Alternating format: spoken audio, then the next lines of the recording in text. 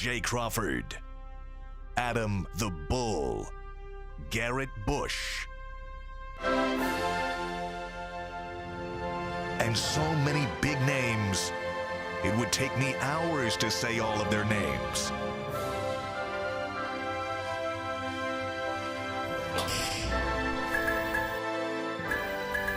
The ultimate Cleveland sports show. Booyah!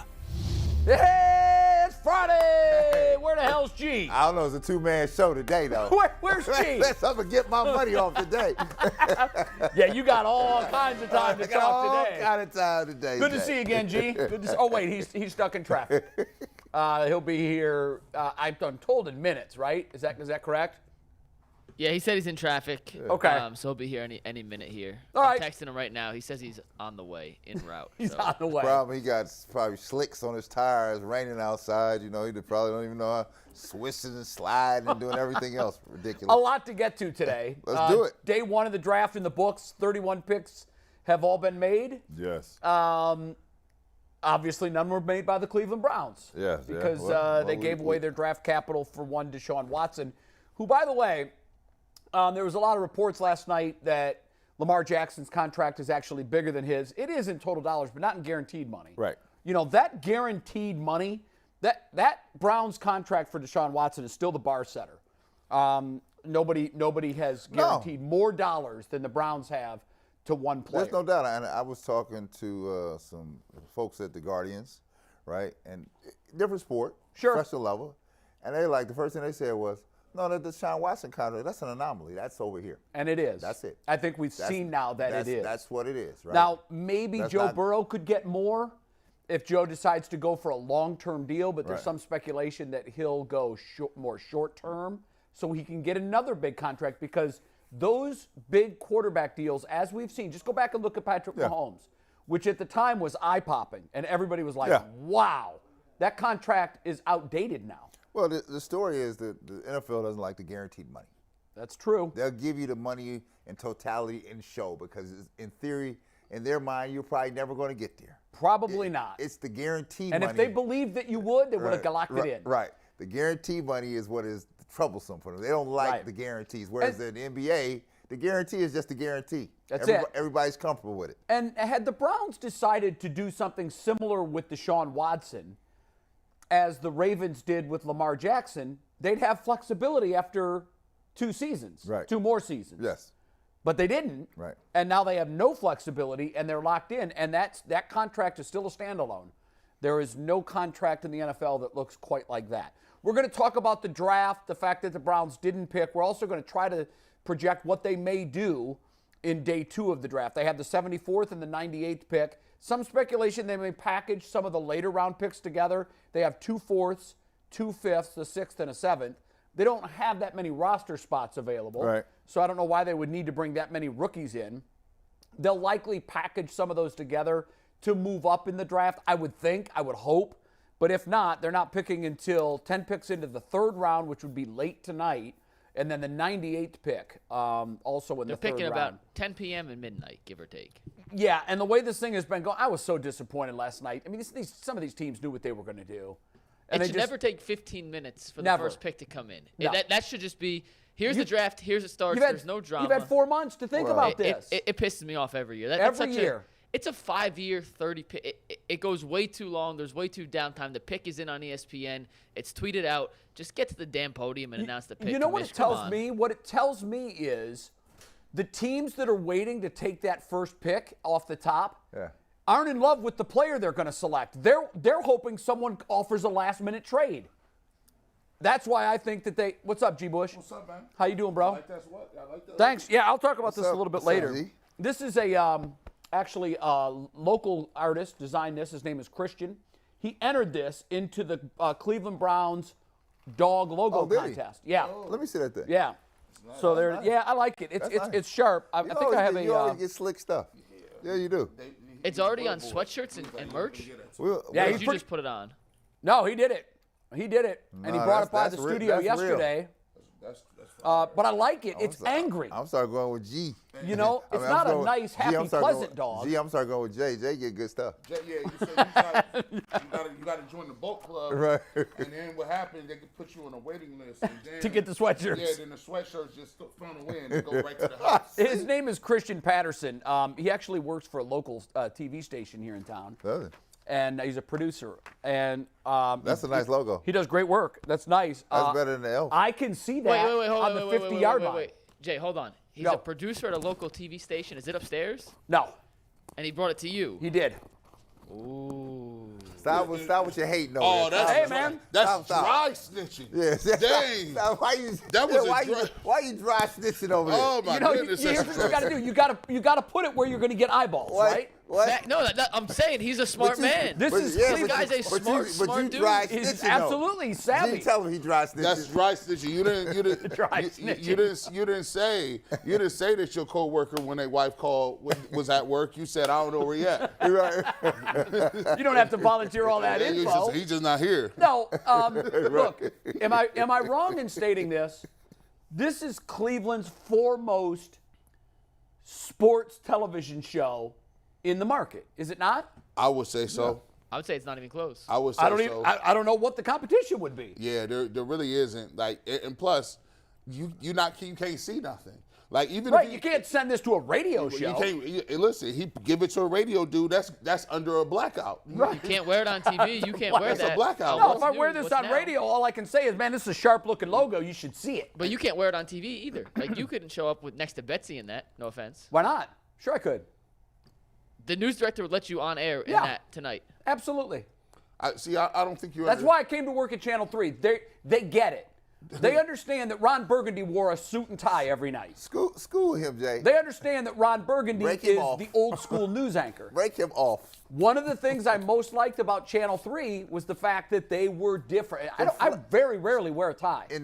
Well, a tie's not a sweat. I'm a news anchor, that's though. fire. I like that. Look, in the I other, just not a shot at that. In layman's terms, you love the flexibility. I love the flexibility. So if Brad decided, you know what, it's chilly outside, I just need to have a hoodie on in City Hall, then it is hoodie day in City He Hall. answers to his constituents. I don't think they would mind that. Let me tell you how I come in there. I might have a suit on. I might have this on. And I think that's Depends on how I feel that morning. you're a man of the people. Right, I'm like, this is what we're doing. That's how And we then when move. I conduct those business meetings, I'm sitting here in this. This is what we're doing. I like that. This is what we're doing. That's how we move. It's not up for There's negotiation. a time and place, but the flexibility, Right. and I pass it on to my staff, the flexibility, because See- I don't care about your gear, it's your performance. That's exactly right, and Brad. they See, now love that. you are a progressive thinker. That's is what the I gear? like. The gear's doing nothing for me. Right. If you can't add up Hey, the numbers, I've that's seen- a problem. I've seen guys dress in a suit every day and hit $180. Oh, yeah, right. I've seen guys dress in casual wear and hit 400. Yeah, just all you gotta do is be clean. That's it. The That's problem right. here, sometimes we get so rigid in our thinking, right? So true. We get so rigid. Because that, don't even get me started, because I've been on a tirade about this Brown Stadium for 2 weeks now. Yeah, it's not pretty. A tirade, because all I require is this, some honesty. Yeah. Be And we're not honest. getting it, are we? Be honest here. Yeah. And the honesty is not that you're being dishonest. Lay the entire facts out for them, because the questions you want answered are going to be answered by the people that live here. Yeah. And they're not just in the city of Cleveland. Sure. The people who live in the suburbs are paying for a majority of this stuff, right. Because that's where the population base is. Right. It's in the burbs. It's not in the city, right? Exactly. So the folks out there got something to say. They have a voice. And I just say this, put it on the table, because they still keep running away from. Instead, Brad, you know what we're getting? We're getting game playing through leaks in the media. This is nonsense. Some are true, some are not. They're putting test balloons out there. Hey, write up a story that we're thinking about going to Columbus for a few years. Let's see how the people react to that. Scurry. Well, it's disingenuous. Well, here, because just be here. This is a logical town, right? And people here can make logical decisions about things. So to your point, is about this. You lay the facts out here for me, and then it goes where it goes. Right. Don't try to steer me in a way. Yeah, right? and don't play games. Right, because you're scared to ask the question. And no mistruths and half-truths. Just tell me what it is. What do you want? And at this point, it seems I like they sti- want to move out of Cleveland. I still may end up in a position where is aligned with what you're thinking, but You're trying to shame me in a way. Don't Right. shame me in a way. By using public sentiment too, Like, to look, push that decision. y'all want a new stadium. You want taxpayers to pay for a large portion of it, and you would like certain amenities. But if you don't get it, you ain't got no problems with moving to Independence and putting a new stadium out there because you just. Well, want they're the not. stadium. They're not gonna do that because Now, I wouldn't discount that, Brad. they're not gonna. Let me tell you why they're not gonna do that, because the city of Cleveland fools allow it to happen. I'm just gonna be honest with you, right?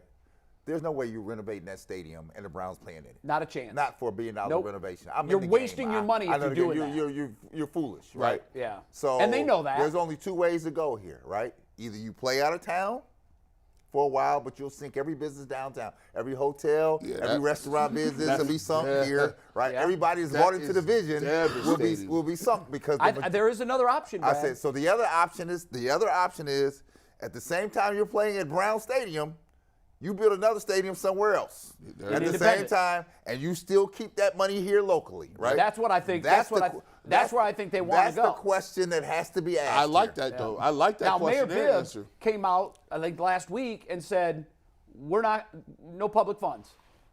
Well, we're not in that here, and I can appreciate the mayor's position, but I'm gonna tell you what.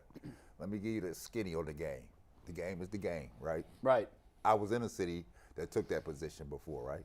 Doesn't end Go well. ask the Sonics people what's happening in Seattle and how much they missed that revenue in the wintertime from October to June. Sure. Right? Yeah. It took a bunch of people down. The whole city council got cleared out. The whole mayoral staff got cleared out. Got blown out. It was cute standing at that podium talking about what I'm not gonna do. What you not gonna do. Yeah.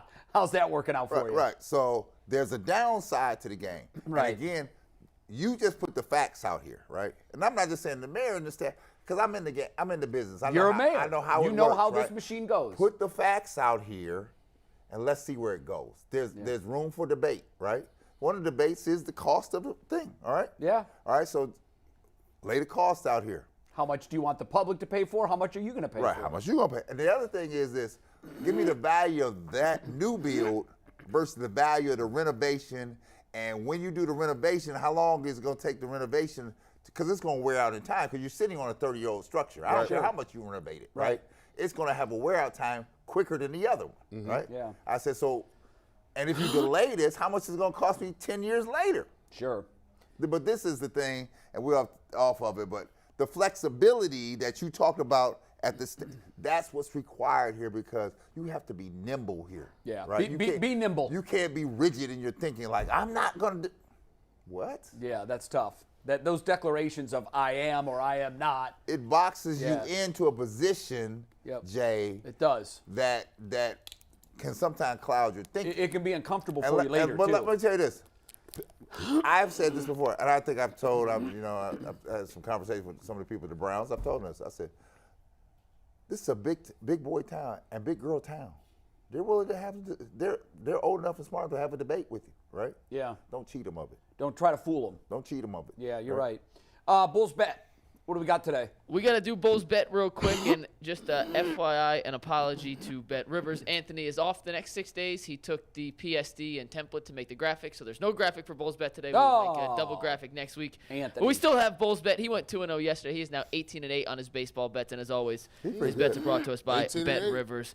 Hey, Ohio, Bet Rivers Online Sportsbook is the place to be for every single game. Right now is the perfect time to join Bet Rivers Sportsbook.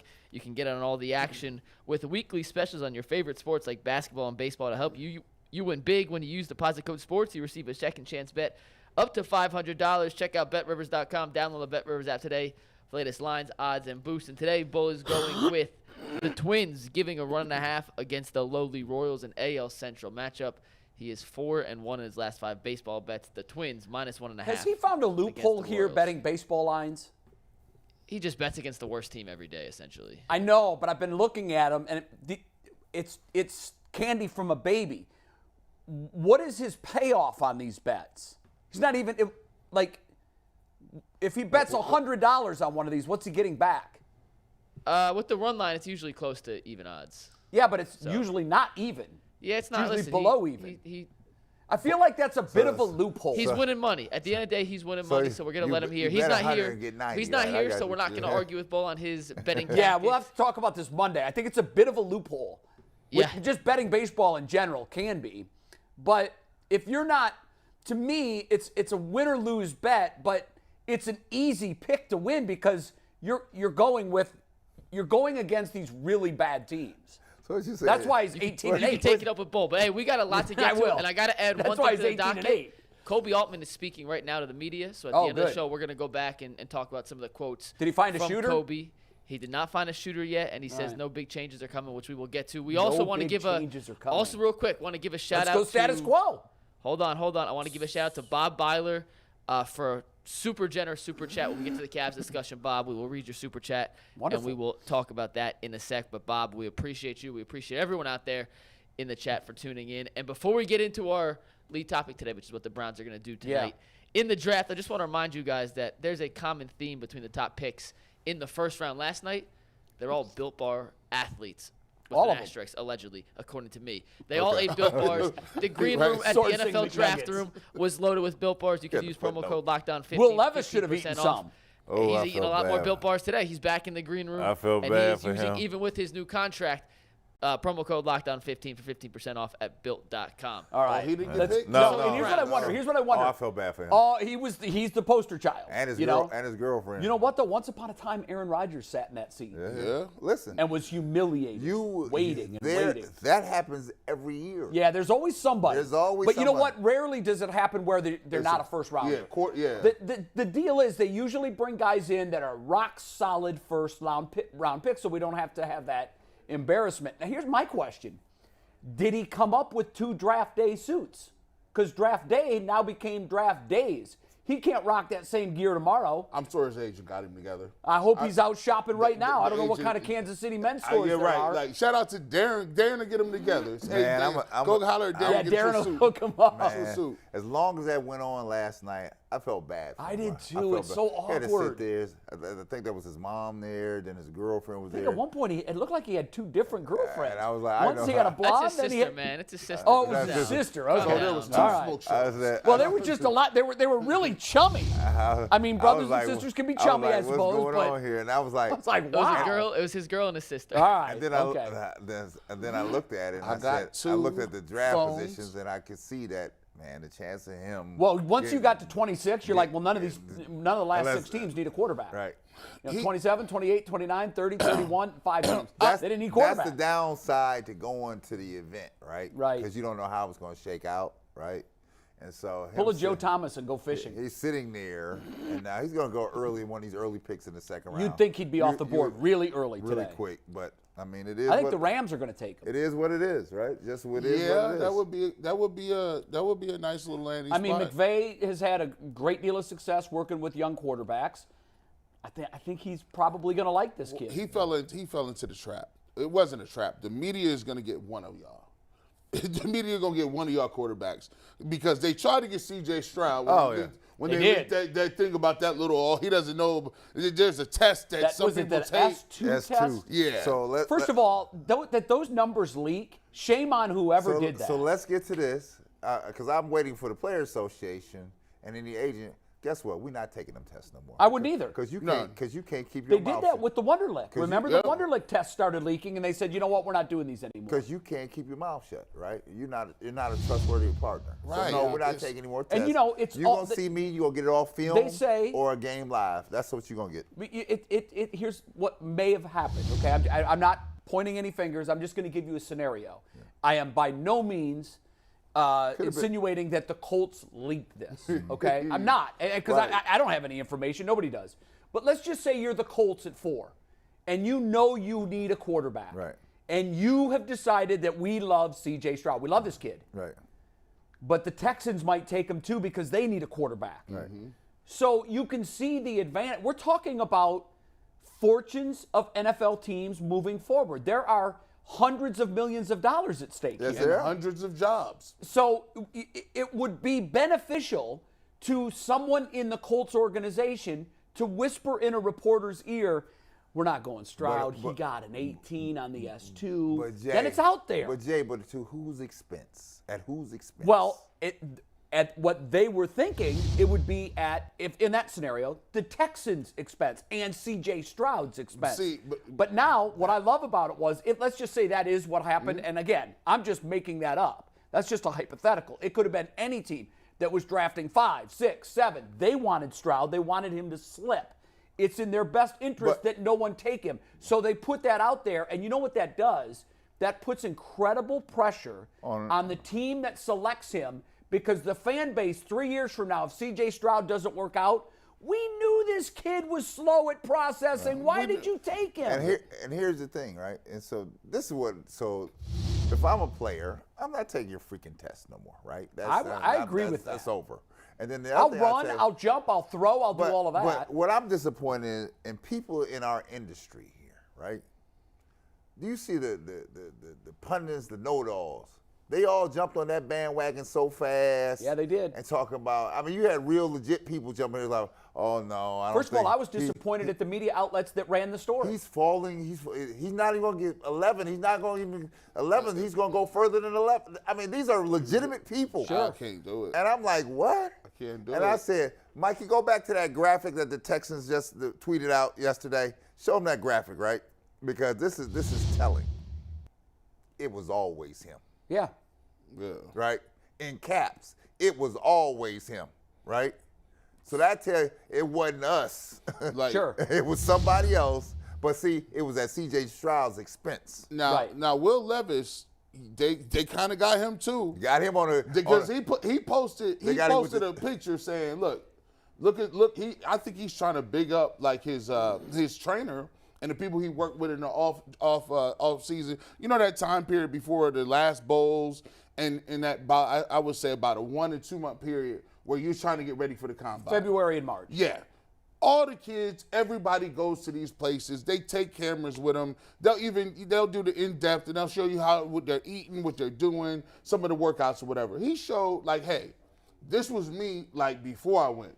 Look how great I look now, fellas. Look how good this is. Well, so he takes a picture, says, I lost a body weight, ready to go. Yeah. And then the media says, look how vain he is. Yeah. He isn't a quarterback. That was a low-key. He's bragging on himself, and I don't want my quarterback to be jacked like that anyway. You know what? I don't know if this kid's going to be it. I'm like, all he did is show his shirt. Here's the thing in the last 2 weeks that came out with C.J. Stroud. He scored really, really low. Now, we'll give you a score on the S2. It's 18. Right? But you know what? You heard the story that came out earlier this week. The guy who developed and administers the test came out and said, hey, not for nothing, some of these numbers that have been reported in the media are wrong. All right. And he said, I'm not saying C.J. Stroud's is wrong, but I am saying that there was a player that showed up at 11 o'clock after a long travel day and missed flights, and he was hungry and he was tired and he didn't want to take the test, and they made him take it anyhow, and he tested very low. It made it seem like he was talking about C.J. Stroud. Right. But he can't put any names to scores. Right. He knows that. But after reading that, and then subsequently, this player took the test again and did very well. Hey, while we're talking about this S2 cognitive test, just in case anyone doesn't know exactly what that is, can I explain what it is real absolutely. quick? Go ahead. It's the new Wonderlic.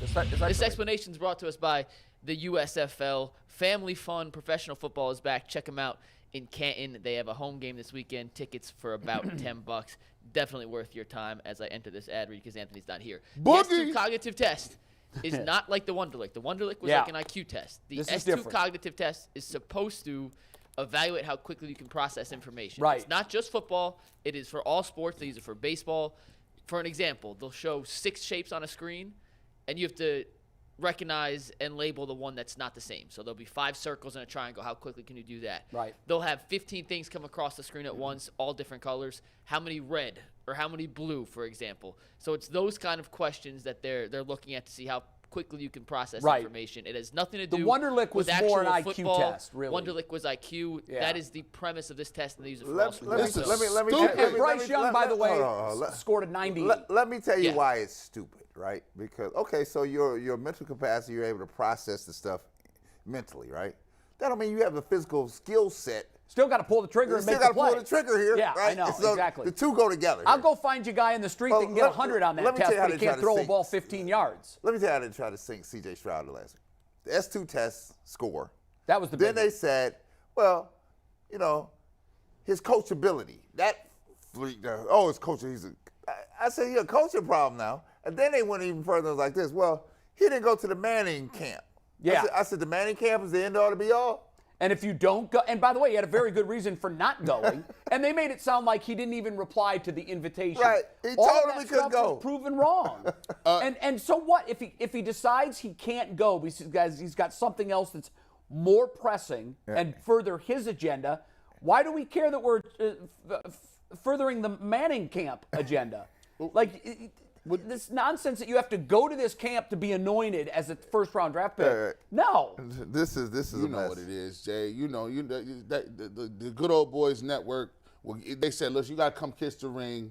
Then we'll give you can be entered in." And then the same people that do that will be the same people that'll be covering the games. And so if you do bad, they'll say, "Give him a shot." Well, here. They say, "Do him bad. We like him. He's a good kid." Well, he didn't do it, and he got picked second overall, so it doesn't have to be. Don't got it's that. not a prerequisite. But who got it swept up in it now is so Will Levis think he's moving up, right? Oh yeah, he's like, I'm great. I'm moving up.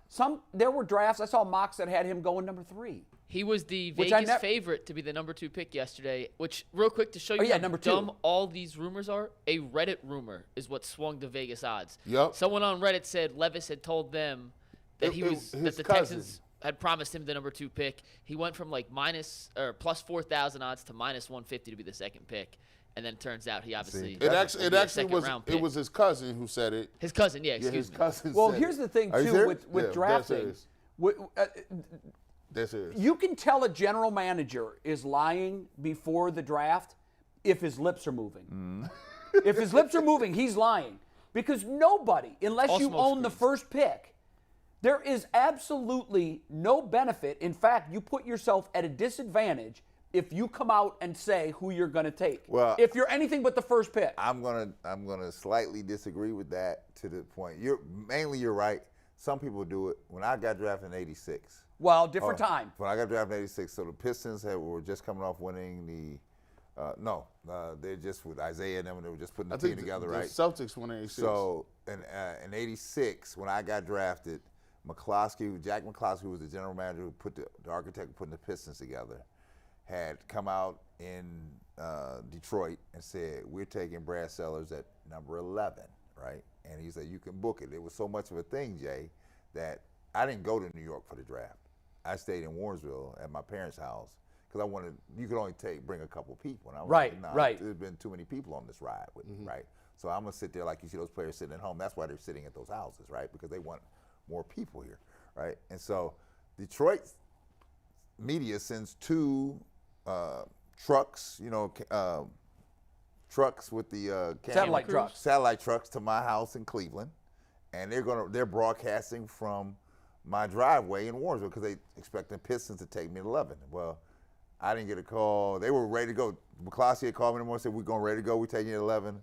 And then I got a call from the Bulls at maybe probably an hour before the draft and said, "Listen, you stay by your phone because we think we're coming your way."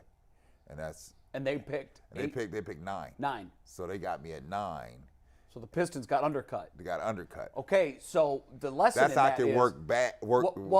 Yes, it could. That was in the age of information wasn't at everybody's fingertips Right. like it is now. Right.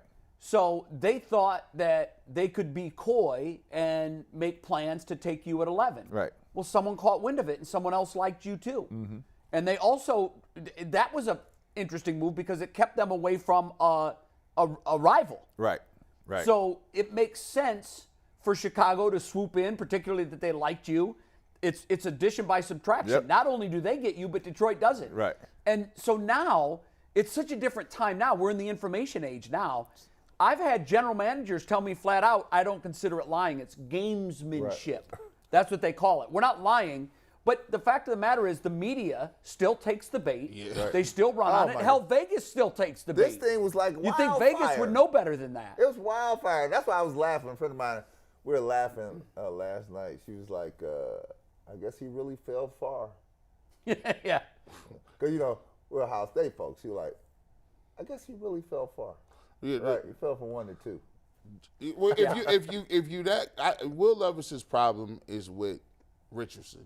Anthony Richardson took your spot. C.J. Stroud and Bryce Young was always going to be there. Yeah. Anthony Richardson was the person we didn't even think was coming out. He wouldn't even. And then when he came out, we was like, "Oh, we don't know if he was going to go." And then He proceeded to test better than any quarterback who's ever tested in his life. He ran a 4.43. He has a 40-inch vertical. His broad jump is like 10.6. It was just naming all this stuff he has more than, and he has a crazy, ridiculous arm. Did you hear the comments they were making about Will Levis? This is when you get down to the nitty when he's sliding, right? And these were these were analysts that played the game, right? Knew the game. They were like, he's mechanical. He had times when he disappeared. They say, well, he had a bad line. I say, yeah, but some other things here didn't quite add up, right? So no matter what the other guys are saying, that this something here doesn't add up here, and that's why the tumble comes, right? Because people are passing you. There's 30 teams, Jay. They were like, He gave him that Brady Quinn. That Brady Quinn. Yeah. And back then, they was only falling. He fell to the 20s, right? Or 19 or something. Yeah, when and the Browns that was considered a tumble. Yeah, it was going crazy. What I felt bad for, because nobody had prepped that kid, right? Yeah. The downside of doing this, you could be embarrassed here, right? And so now your game is use that as fuel to motivate you to come forward. All through ESPN's coverage of the draft, Mel Kiper told the story of Boomer Esiason. Yeah, you're going through, and three Boomer was supposed to be a number 1 pick. Yeah. And the Bengals had 3 first-round picks that year. 3. And they didn't take him. They took him in the second, and he slipped all the way to the second. And Boomer said, look, Will Levis can still have a terrific career. It doesn't matter where you're drafted. Right. None of that matters Right. once the whistle blows. None of that. And if anything, this can be a benefit to the young man if it motivates him in the right way. It only affects the money in the first round. It does affect the money. It does. Big Nuggets, what you got, bro?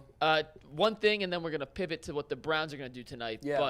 But, Will Levis was one of 3 players who was invited to the green room and not drafted, by the way. There were 2 others who just didn't get the recognition. But Everybody focused in on the But they quarterback. only kept showing Will Levis. I know, I'm just saying he wasn't the only one. Real quick, who was the winner of the first round of the draft? I know it's impossible. We won't know these guys. Was it the Eagles? I thought it was the Eagles. You mean Georgia East? My God. Georgia North. Listen, this is East. They're on the East Coast. This is unbelievable. The Eagles both are on the East Coast.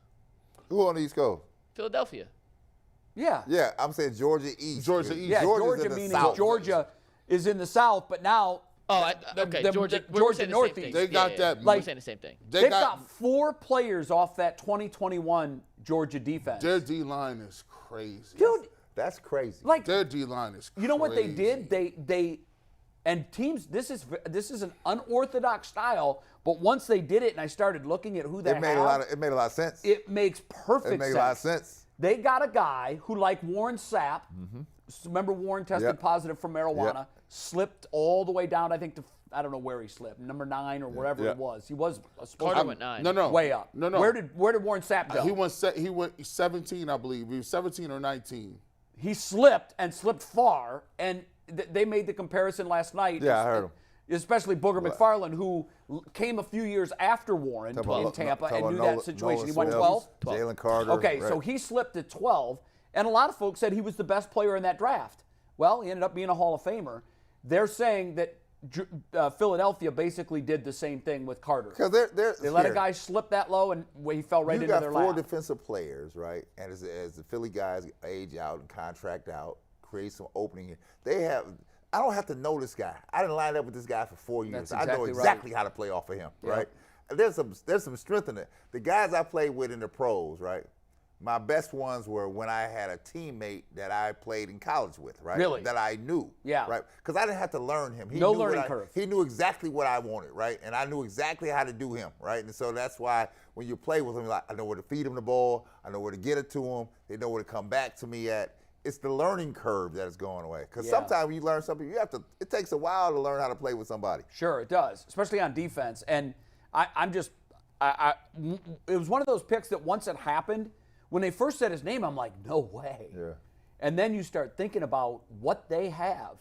This might be one of the best defensive fronts in the history of the NFL. Well, they're already in that conversation based on what they did last year. I'm interested today to see exactly, even though we don't have a high pick, it's not like we sitting here and we just scrapping it, like we just taking our time and doing nothing, tiddlywinks. Right. What are we going to do today? Yeah, before we get to that, Mikey, do this read. We're talking Browns, and this is the point. perfect transition, Brad. Thanks for taking us there. But when we talk Browns, and especially Browns draft, it's brought to us by our good friends over at Lincoln Electric. They are experts in the manufacturing and welding field.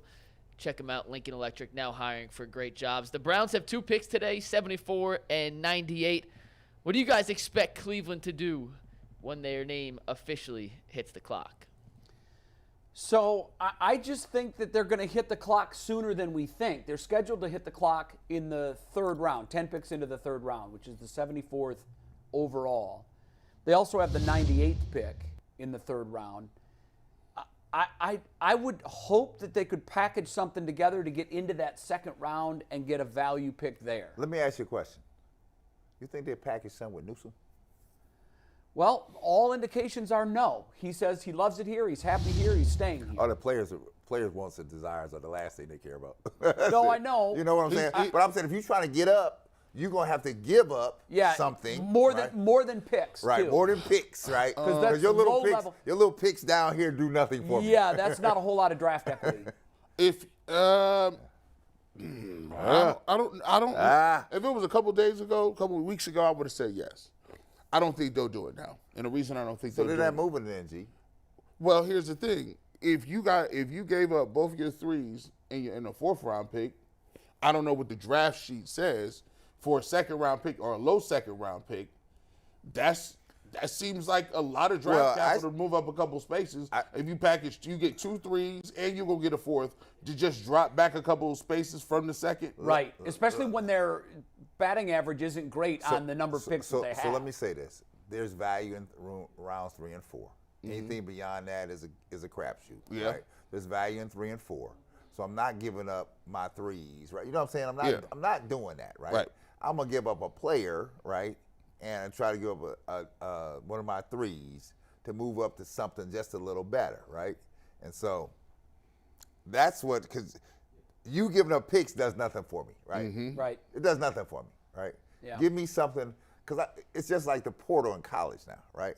You know what's happening in college basketball now with the portal? Yeah. Where instead of going to the high school, recruiting high school kids. You're just going out getting proven commodities. I'm just going to get me a proven body. Right. A proven body. Yeah. And then I don't have the learning curve. I don't have to wait on the learning curve. Right. So the high school kid now is not getting a scholarship offer. They're like, hey, what about me? They're like, nah, I'll go get this portal kid. Matter of fact, they're out of Princeton. Matter of fact, they're pretty smart. Right? So and he's got a body of work on tape that we can look at against college talent. Right. I don't have to guess this thing. Yeah. Right? And so this is what this is. So we're going to find out tonight exactly how shrewd Andrew Berry is, right? Where the thinking is, because you cannot play this hand out that we have now and say that, okay, I want to make this team significantly better by these draft positions that I'm holding today. It's just not. It's all crapshoot. I don't know that. I think you're right. I think if they do want to move up into the 2nd round, they're going to have to package a player with it, and most likely a starter. I think the thing at this point is, I know that the Browns are probably going to have limited spots on their 53 next year. Right, that's true. So, but here's the reason why I like holding on to those draft picks. There's no guarantee a 3rd round pick's going to stick. No. I mean, take a look at some of the 3rd rounders we have. We've got 2 3rd round wide receivers we're scratching our head on going, wait a minute, what? So I think even though we don't have that many spots, you increase the likelihood of someone sticking the more players you can select. And because of that, like the 6th and 7th, I think those are pretty worthless. Right. Like you can sign might undrafted hit, but free agents. You might hit on a 6th or 7th. The odds are not but in your I favor. like the 2 5s. Right. I like the 2 4s. And I like the 2 3s. So that's, I think that their strategy all along was to load up on those rounds, those middle rounds, where there's value picks if you get it right, but you've got to get it right. Here's the game. The game is, if I'm playing the GM game, the game is this. What can I package with my 3 to get into the 2nd round? Can I do that? If not, I'll stay with the 3s I have. But can I package something to get to the 2nd round? Would you give up both 3rds for a late 2nd? Sure would. If some of these names that I'm seeing here, See, the great thing about working on Locked On Browns is we get into the minutia. Shameless plug. Keep going. We get into the minutia. we be drafting down the number.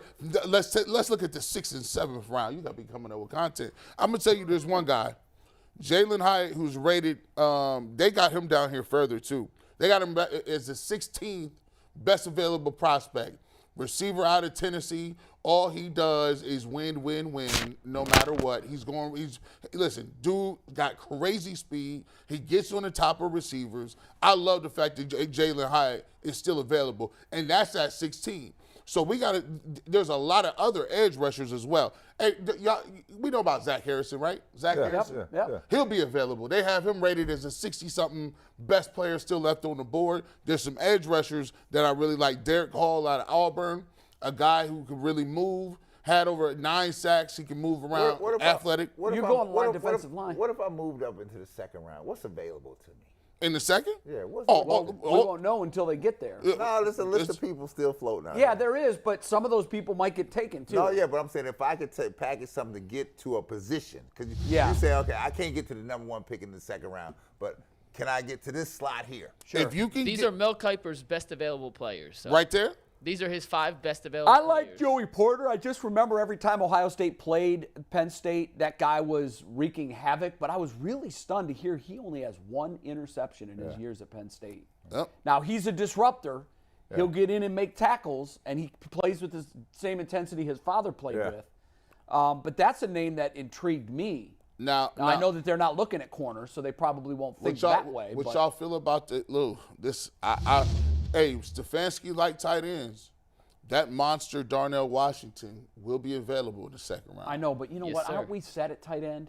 Well, you're already committed to Njoku. You have Njoku, but you got Harrison Bryant. And so, good. I mean, that's a name. You take a look at this is another guy. Let's go linebacker. I was gonna say where the linebacker and wide receiver. Drew Sanders is a linebacker from Arkansas. He's rated in there with the Iowa kid as one of the best linebackers. He'll be available. He's the 26th guy available on the board. There is. Well, he might not be available then. Yeah. Well, these guys, these are going to be the high guys. So you say 26. So if he's still there, maybe you move up and try to get him. How many picks is in the first round? There was 31 in the first round. So it's 31. So it's a 31 team. So you're looking at 60. Like, so these people are rated. So if you talk about 31, now you talk about 31 and down because you're gonna have other people drafting. Jonathan Mingo is a receiver out of Ole Miss, can really move. Tajay Spears, we kind of went over him. He's a scat back. He's a back that can run over people. Got really good speed. If you're still looking at linebackers, this is a linebacker draft that's really weak. There's not too many linebackers that are in here. Well, that's bad for us because that's what we need. You got this guy, I like him. This is a good pick right here. The receiver from Josh Downs from North Carolina, shifty, can move. He reminds me a lot of Elijah Moore, a guy that you already kind of got. Right. Well, I'd go back and I'd be looking for. The Big Ten did very well yesterday. They did. Third of the first round picks were from the Big Ten. How many? A third? A third. Wow, that's impressive. A third were from the Big Ten, right? So how much gold mining do we have to do? Down in the Big Ten? What's still floating out there? Joey Porter's out there. Yeah. There's a number of other players out there. It's interesting. A third. I was shocked because You know what else shocked me yesterday? Alabama had never had a player drafted number 1 in the modern draft. That's crazy. Bryce Young was the first Alabama player ever to go overall number 1 in the modern NFL draft. That's Jay, you want one little piece of draft trivia before we move on to Lamar Jackson? Sure. G. Bush, don't answer this. You were here yesterday. You got it. Okay. Tyree Wilson was the first Big 12 defensive player selected in the top 10 since who? And I'm only asking because we're on a Cleveland show, so there's your little hint. Well, yeah, it must have been a Browns. The Browns must have taken the last. Johnny Manziel. Defensive player. Yeah, defense. Wow. I don't know. Miles, no. Justin Gilbert. I forgot about him. No wonder it's been so long. Yep. First Big 12 defensive player drafted in the top 10. Big 12 is not known for defense. Yeah.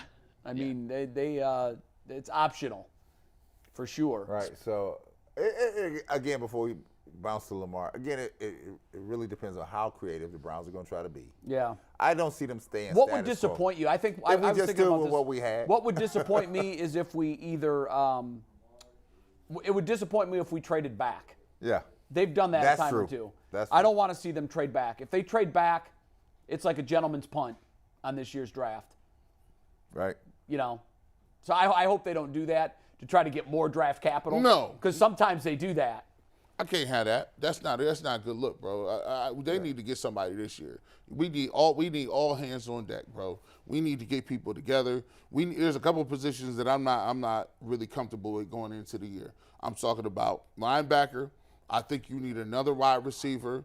I think you need both of those positions. And if you're gonna fill them with a veteran, okay. Well, you know, there might be a veteran. There's a couple people out there still haven't signed yet because they don't need to. It's a veteran. They don't need to go to camp or whatever. But I do think that they need definitely to look at the wide receiver position and linebacker position.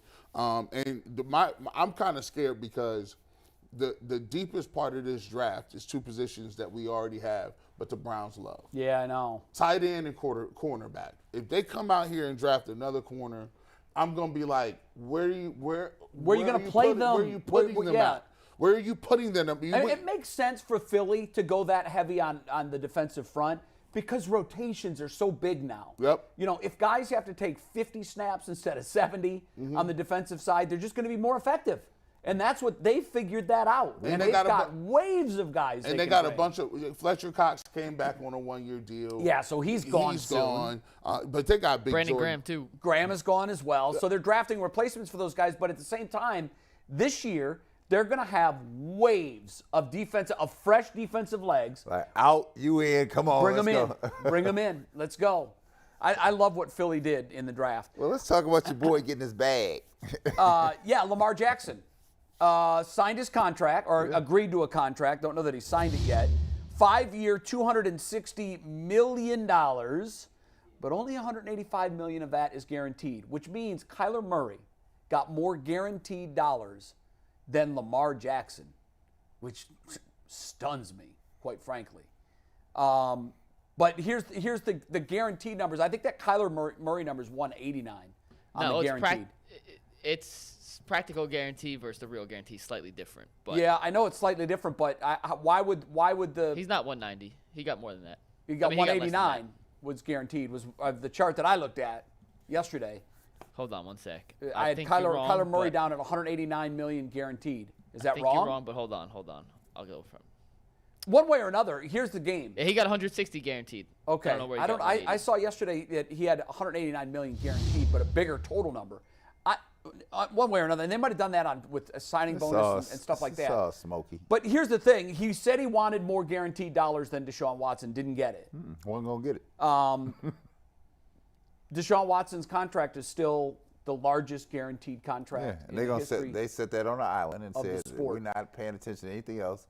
He got what he got. None of y'all, the rest of y'all, get nothing. Which can you ever think of a time in the NFL where that's happened? Because usually these contracts are bar setting and then they go up. That's why they're so mad at them. I can't remember a time when a quarterback got a deal that broke the old bar and that the big names that followed were lower. That's only because they attribute it to the Browns, right? Yeah, that's the Browns. They don't count. The Browns doing their thing over here. That don't have nothing to do with us over here. That's why they were mad at the Browns, right? They were. And they were hot at the Browns for that. So be clear, the system fought back, and everybody else that they brought in came into this range here. This is your range. The system won. Don't look at that locker because nothing's going on in that locker. Right. You're not getting what over there. I got it. And so everybody else on that little chart fell in where? Here's your scale. Yeah. Now it'd be interesting to see if Joe Burrow can top what Deshaun Watson. Now he might have a chance because he got them. If someone's going to do it, it'll be because he got them over a barrel. So here's the way it works. See, they kind of played him a little bit, and I feel like Lamar Jackson was actually in his bag a little bit because he was one of those dudes who was in the green room mad late. Right. The Ravens drafted him, I believe, with the last pick. Last pick In the first round, and you see all these other quarterbacks going ahead of you. You done won the Heisman. Then there was rampant speculation that multiple teams wanted him to play receiver.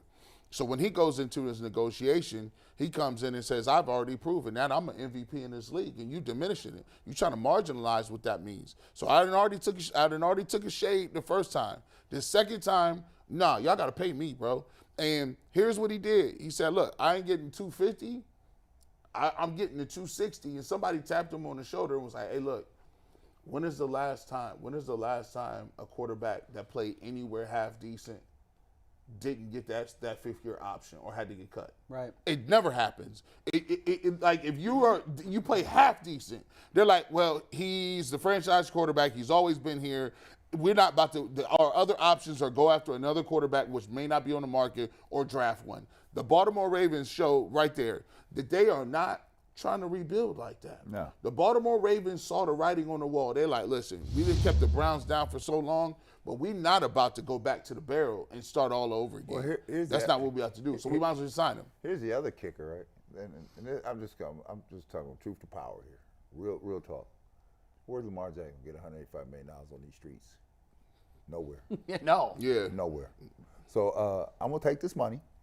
Teams had chances. If they wanted to go get him, they could have done it. Listen, they would have done. Here, I'm going to take this money because this is life-changing money, right? I'm not a fool. I'm not going to play on a one-year deal here. Right. I did that before. Yeah. I'm going to take all this money and I'm going to go straight to the bank with it, and that's where I'm going to be. This is what we're doing. Thank you, bro. I appreciate that. Appreciate you. I played it hard, though. I tried to play it hard. And he went to the J school, the J Crawford School of Agency, actually / not agency. That 3%. It's in his pocket. They got a story that said he gave that 3%, $7.8 million he gave his mom. There you go. Good for him. Look at that. There you go. That's crazy. That's and they crazy. said he needed to say, now I will say this. I'm not going to say that there was collusion, but I believe there was gentleman's collusion. Yes, there was a gentleman's. It was a It's gentleman's an elbow nudge, Oh, wink, and here's what they said. Collusion, you have to show that there's some sort of organized, attempt to suppress wages. Right. It wasn't organized, but if it happened at a cocktail party, cigar lounge, where the owners all sat around drinking their bourbon and smoking their cigars, and they said, look, we can't let the game go this way.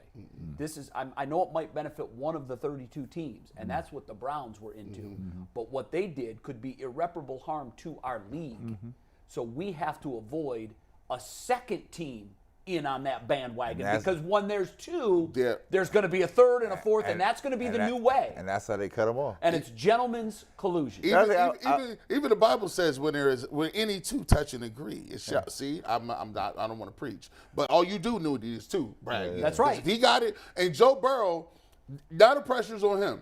I don't think Lamar Jackson had the cachet and the skill set. No, he don't have what Burrow got. Joe Burrow got the cachet, the backing, the pedigree. The style is right. He's more of a passing pocket he ain't guy. get hurt like that. Here. The media likability, he got all that. All of it. But here, I'm gonna tell you this. I was gonna get back to Lamar Jackson, mom representing, right? The $7.8 million that she gonna walk away with. Oh, the son gave that to her as a gift. She wasn't working, so she's not paying no taxes. Yeah, that's a gift. Just straight cash. Yeah. That's a gift. That's straight cash. And I don't see she set up. She good. Up well. She set up. My man got to never call me. The only thing is, if he doesn't give it to her as income, he can't write it off. As a well, tax he might be, but he might be. The son will take a dive on that. He's gonna take. He's gonna take the hit on that. He's gonna take the hit on that. I love you, Mom. I love you, Mom. That's a big hit. But hey, you know what? Good for him, bad for the Browns. Because I want a number from you guys on a fear factor. I wish I'd have gave my mom something with a bill. Look, my mom was like, "You give me a bill? It's a bill here. Bill is right. This a bill? I don't like a bill attached to nothing. So I'm scared. Let's go fear factor 1. You're not afraid of this team at all. 10. It's the old Baltimore Ravens, and I'm very afraid. Where are we right now?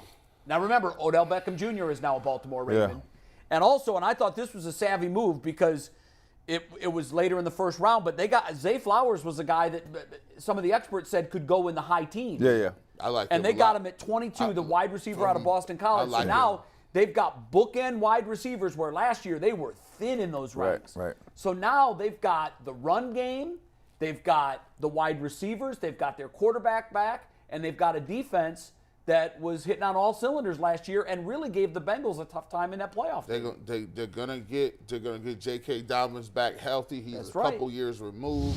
Gus Edwards is a couple years removed. They got the Edwards at tight end. I'm gonna say you like this, man. They just catapulted themselves right back up to it's gonna be a dogfight. That's what it's going to be. It's going to be. You don't think they're better than the Bengals, but you think they're in that conversation. Oh, they close. They close up in there. They come to play, so I mean they cannot be discounted. I mean, again, I'll swing it back our way, right? The pressure on us, right? Because other people are doing things. Yeah. Right? Cornbird Maxwell, when he's broadcasting the games for the Celtics, he has a phrase that he uses during the game when the Celtics are playing around. He said the Celtics are playing with their food. So Cleveland playing with their food, right? So that means you have to get at it. What today's day? Yeah. It's gonna be, even though we're not in the first round or the second round, it's a big day here. This is not to be discounted. Huge.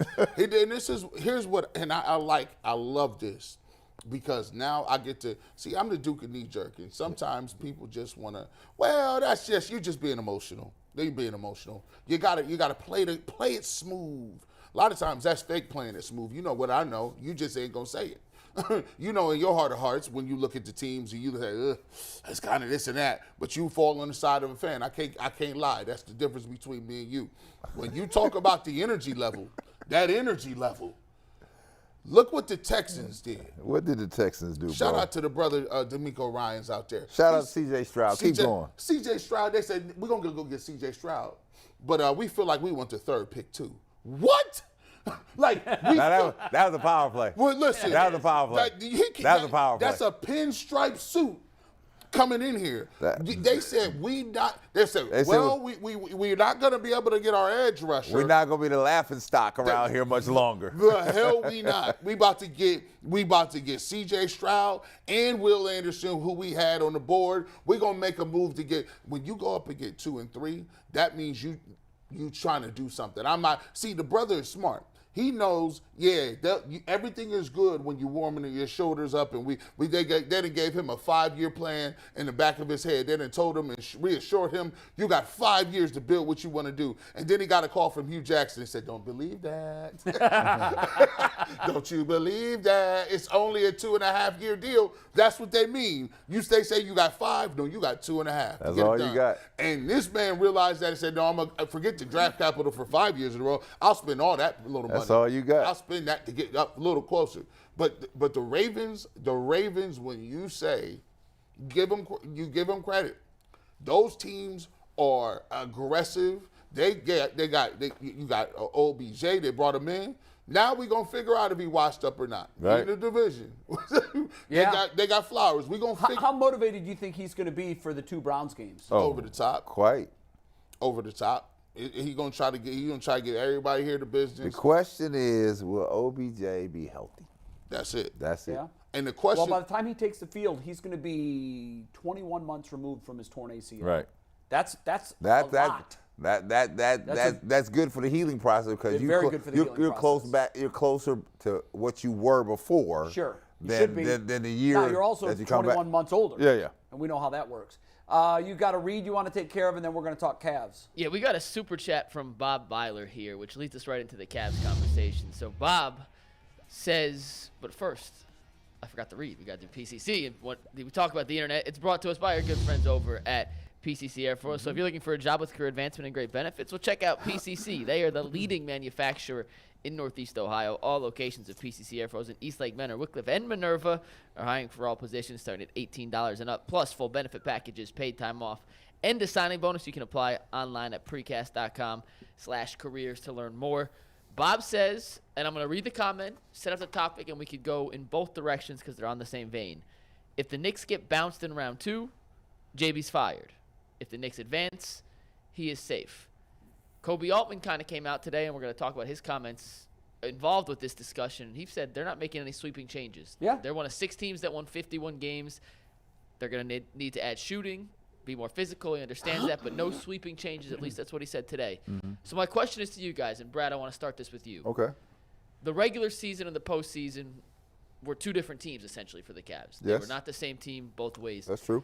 Did we miss something through 81, 82 regular season games about this team that should have indicated to us that maybe they weren't ready for the spotlight?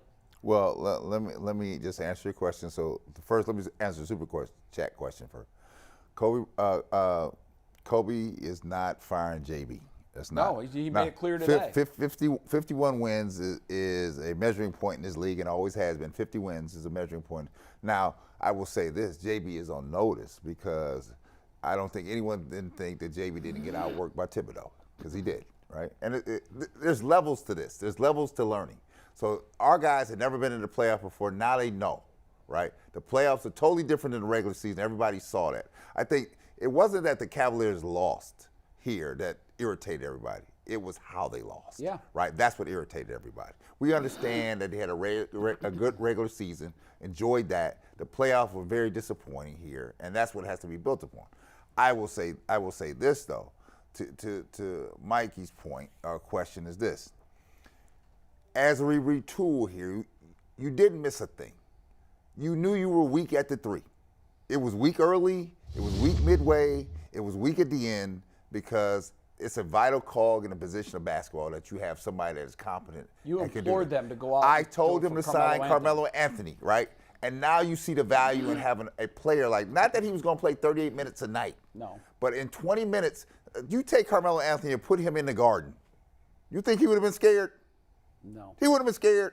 Nope. The people probably would have been cheering for Carmelo. Nobody else signed him too. Does that tell you something? Well, but see, this league is monkey see, monkey do. Is what it is. Right? And then the other thing I tell you now, Jared Allen and Evan Mobley, you know, who have played great in the regular season, they learned a lesson, because Mitchell Robinson and Hartenstein and Julius Randle to some degree, they showed them another side of this game.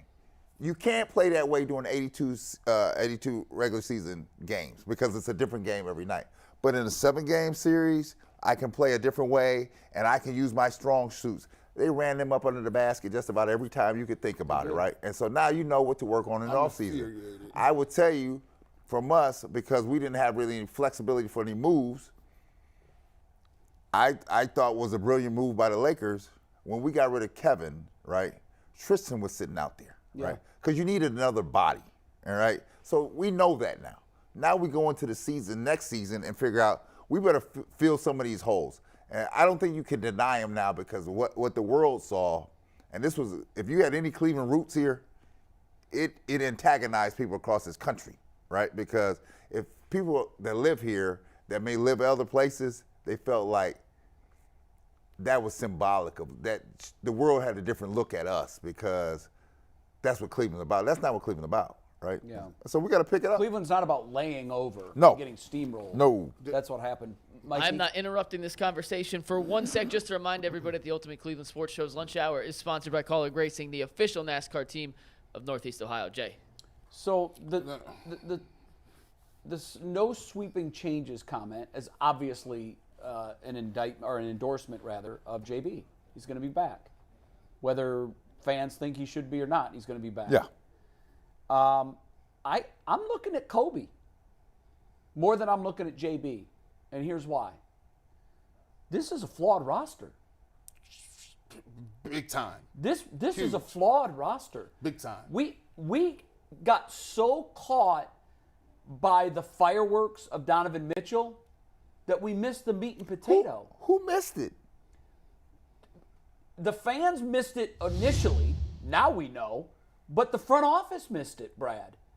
There are 4 stars, alleged stars, on this team. And after that, you got just a bunch of guys. No. Listen, he's not getting ushered into that 4-0. You want 3 stars. Jared Allen is regular and basic. He's standard. He's not leather seats. He's cloth. He got an AM/FM radio, no CD changer, no sunroof. You kind of brutal here, son. Power windows? No power windows. Oh Roll my that boy down God, yourself. he's rolling a Windows manual. It might not even got power steering fluid in there. You just Okay, get let's strong. just go this then. Let's, for the sake of this discussion. Okay, 3. We got 3 stars. But it's the same thing that we did with the Browns coming into this season. We knew what they had at defensive line. We knew nothing. You can't.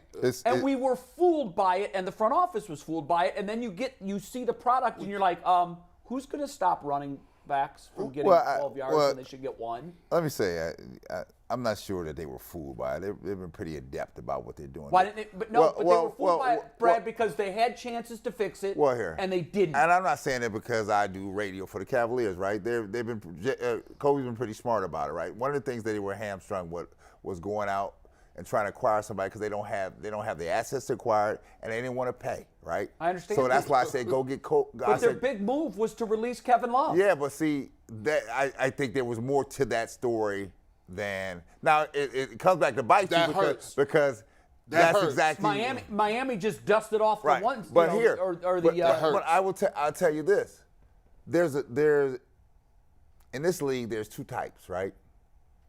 Some teams don't care about your antics.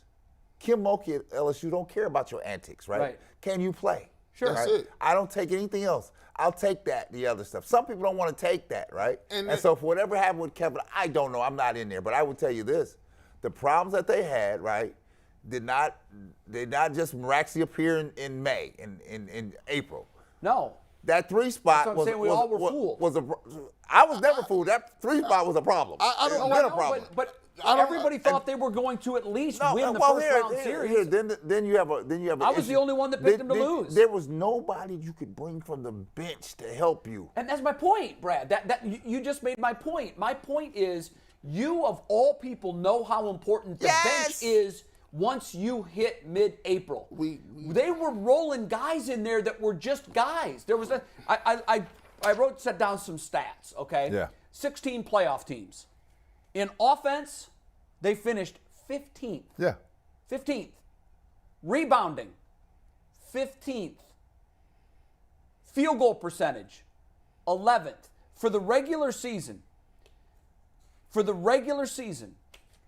this team's three-point shooting was in the lower half of the league. Yes. It's a three-point shooting league. Yes. So in the playoffs, here's where the Cavs' top 3 three-point shooters ranked amongst individuals. Donovan Mitchell, highest, 20th.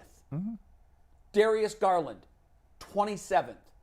Karis LeVert, 49th. That's not your game. Go look at Boston. Go look at Golden State. These teams that are shooting and hitting threes are winning series and advancing.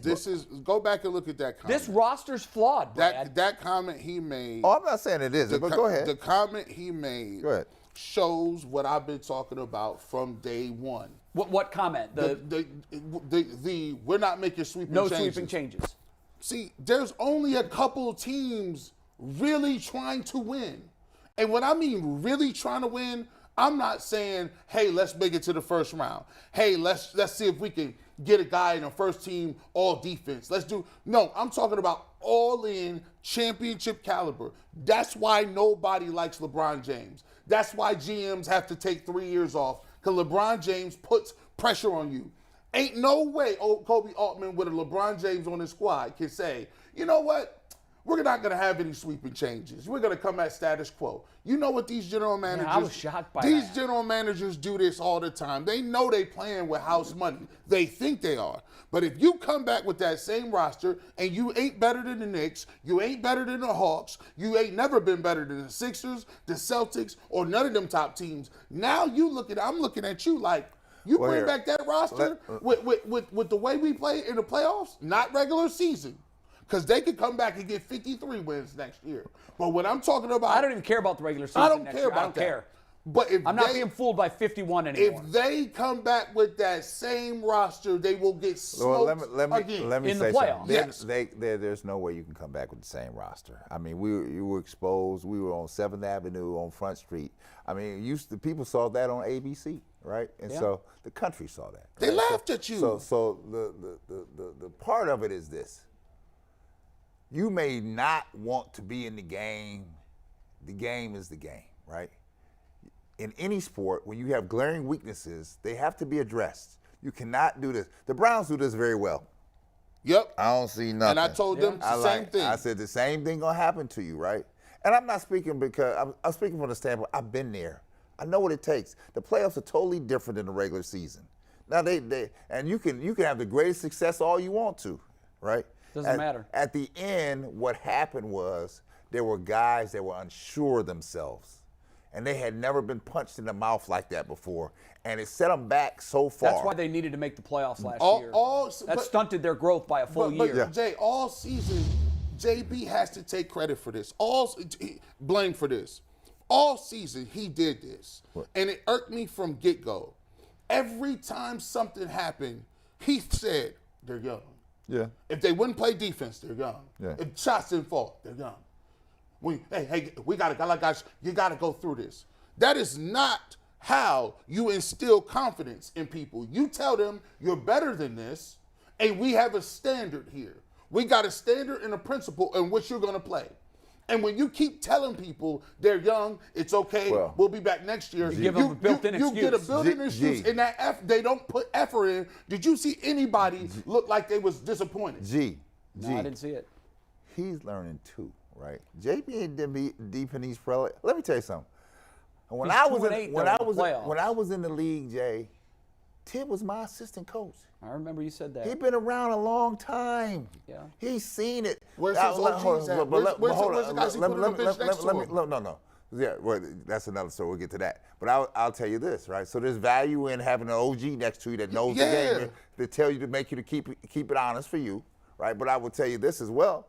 You sit up in here and you cannot fool yourself here, right? JB over here is saying, he's saying all the right things. The problem is Tib is playing from a different deck because he's got experience here. Julius Randle, I'll take you to game 4 right? Julius Randle wasn't getting off at all. And then said after the game, said, "Zach, what is Zach?" He like, sit down. Come on, you're not doing nothing. You ain't getting back in this game. Right. Come on, I don't care who you are. Sit down. We playing this dude over here, right? And it just looked like that we're fine. We're learning in real time, right? And that's the part about it, I think, that irked everybody, because we had expectations here. Yep. Right? And the expectation was at least this. You were going to compete. Now, I will say this. They didn't compete. You're learning on the job. The thing that I was most surprised with was this. In Game 5, I've been in do-or-die games. Right. Did you feel any urgency? Nobody had a sense of urgency, Wow. right?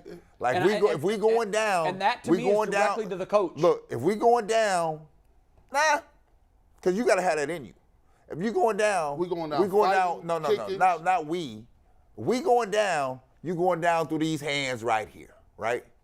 And all I saw was guys trying to play hard, but there was nobody to step forward and say, on my back. But I'll turn on Miami. Jimmy Butler had him on his back. Yep. I turn to I go to Golden State. Stephen put on their back. I see Sacramento. De'Aaron Fox put them on their back. And they're John Morant put them on their back. Bain put them on their back, right? This is in Atlanta. Trae Young put them on their back. Who was the dude putting us on our back? It was a shared responsibility. Supposed to be Mitchell. It was a shared responsibility. If you would have told me the day that the Cavs signed or made the trade for Mitchell, that the Knicks would beat the Cavs in the playoffs, 4-1. I wouldn't have believed you. I wouldn't have taken a bet on that. What I tell you before the show, you and I said one thing, and I'll remind everybody. Game 1 and we said the Cavs are going to win this series, but I did not. I picked the Knicks to win the series. Jay and I said that we agreed on one thing: if the Cavs lose Game 1, all bets are off here. Yeah. Mikey, do you have real quick? Do you got the Jared Allen quote? Can I get that quote? I don't know. Yeah, I'll put. Which one? The lights were too bright. Yeah, give me that one. Give me that. Hold on. This is. Oh, he said. Well, I can tell you. He said exactly, and this is a quote. The lights were brighter than I expected. How? You lived in his third postseason. How? You see, third postseason. You lived in New York. You played a series in New York. What are you talking about? Yeah, and on top of that, you are supposed to be the energy, the toughness, the defender, the linchpin under the basket, and the whole series. You looked like you were dejected. Your whole aura. No, he's just trotting up and down, and they just hitting you back in your head with forearms, knocking you under the basket. You ain't even look. This is crazy. That is crazy that you said that. Now my problem is this. And I throw this out to everybody else. We know this. You can't fool the fooler. You know when you give an effort. And effort is not something you can just grow overnight. The problem is, I ain't worried about your skill set and why we can't throw you the basketball and you can't score underneath. At least you can keep other people off the boards. But the unforgivable thing is for you to look in the mirror and say to yourself, yeah, I was scared. Yeah, I took an L. And I'm going to just put it out after they was laughing at you in Game 4. After they was in the media laughing at you. And my problem is this. We can wish and hope all we want. The bottom line, from basketball standpoint, Evan Mobley and Jared Allen cannot play together. That is what it is. I'm beginning to think that too. Because G's right. Because you were 15th in rebounding. You can't 15th, which is effort. You can't even the stuff Evan Mobley does well. He's even hampered a little bit because Jared Allen is sitting there. But you know what? Who's going to take Jared Allen? He's unmovable. Well, I don't listen. I'm not panicking here, but I will tell you this: your rotation. So when you talk about the sweeping changes, your rotation has to change. You need two. Here, let me tell you what you need. You need to resolve your three position. You're not going to resolve it through normal means because you have no money to do it, right? So you're going to have to buy off the scrap heap. But you need two more additional bodies because let me counteract this thing here. You two not rebounding, I'm going to send two dogs up in here, right? We cracking some heads up in here, right? Who are the dogs? You better find them out here. That's another thing for Kobe. Stop talking about what you can't do. Let me tell you here, because I think of like this. There was a guy that called in on radio the other day, and he said something good. Because now you can't go traditional methods because you don't have the money to get out here and buy somebody, right? Man, you don't have the assets, bro. Right? Look, let me tell you what a guy threw out yesterday. You know, I'm looking around, and for this year, I need to get out the moment. Tristan was sitting at home, right? I could have used him to bang around, right? I'm just using him for the year. I'm not using him for no 5-year span. Here, guy threw out this yesterday. Boogie Cousins down there in Mexico. Yep. Give me that. Here, not that Boogie Cousins is the Boogie Cousins. I need somebody with some dog in him. Yeah. Right. Well, did you see the Isaac Okoro quote about physical play? What did he say? Yeah. The reporter asked him, why wasn't there an adjustment made to ramp up the physical play to meet the Knicks? He said, I got the exact quote. You want it? Yeah, let me see it. He basically said, exact quote right here. You can't do that. I don't think you can adjust physicality. Have to have it. Got to have toughness. It's just a mental thing. It's not something you can physically have. So he's saying mentally, you've just got to want it more. Apparently, New York wanted it more. End quote. Guys, these are horrible quotes. These quotes coming out here, the lights were too bright. Oh, we're just not physical. You can't just manufacture physical, and we're not a physical team. They wanted it more. And the worst one, Jay, the worst one we didn't even read, but Danny Green and Rubio both said, we knew we were the better team. New York just wanted it more. Why? Guys, this is broken culture. So you have to Is it not broken culture, Brad? When you've got four guys. I don't like those comments you just heard. I don't like any of them, right? Because they're symbolic of what is being subliminally thought. Who do they go to? Right. It goes to the culture being set here, right? And who sets the culture? Well, you know, it starts at the top. JB sets Are they saying that in Miami about Spoelstra? No, because what stops it? You don't know what Spoelstra's saying. But I tell you what, Jimmy Butler not having it, right? You don't have nobody here that's not having it, right? Udonis Haslem ain't having it. I said, so here, this is amazing. Who's cracking a head here, right? Because somebody got to keep somebody honest. Because I'm going to just tell you this. On any of the teams I've been on, Pistons, Bulls, front line getting outdone like that, they'd have had some words. Probably had some hands on them by this time, right? They'd have had some hands either on the Knicks or the Heat are going to play in the Eastern Conference Finals. That's crazy. 5 and 8. But one of them is going to play for the Eastern Conference title. But here, what is the common denominator? You have dudes on each team that's not having it. Jimmy Butler's not having it. Brunson's not having it, right? And it's not so necessarily and about. The Cavs don't have that it's guy. Not I thought Mitchell was that guy. It's not necessarily. I thought we had it. I don't know now. No. The organization don't have it because at the top of the organization, he just told you ain't nothing gonna happen. So that's like you got children, right? You're a father. That you got kids. They go to school and do something, right? The teacher call you in. And you get there, and instead of asking what your kid did, you flip the whole conversation on the teacher. Well, what did you say to him? What happened? Why would you raise your voice? I see why. What? Gee, but here's the other side of it, right? You could be saying anything at the press conference to get out the moment, right? What you going to show me between now and August? What you going to do about it? Because there's a problem here, and the problem is, here's the thing, Jay. Everybody in this town saw it. You couldn't not tell just this town. You couldn't tell. I'm just going to leave it here, centric to Northeast Ohio. Right. Everybody here saw it, right, and it has to be addressed. So you can't sit here and say we're not addressing it because it has to be addressed. I'm not. And he said it. Listen, here's what I'm not going to do no more. I'm not about to sit here and say who's washed and who's done.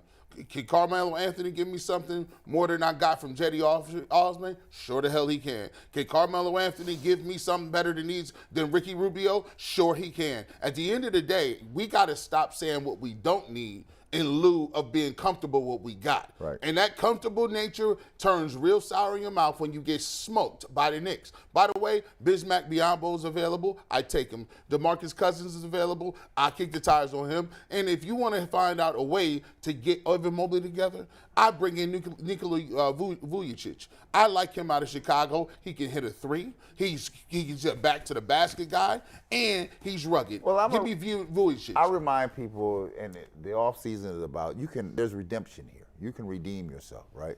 But there's some honesty in it. I'll take you back to remember Magic had that tragic playoff series against the Celtics. Yep. Right, and the world came crashing down on him. I mean, they turned on him like it was nobody's business in this country.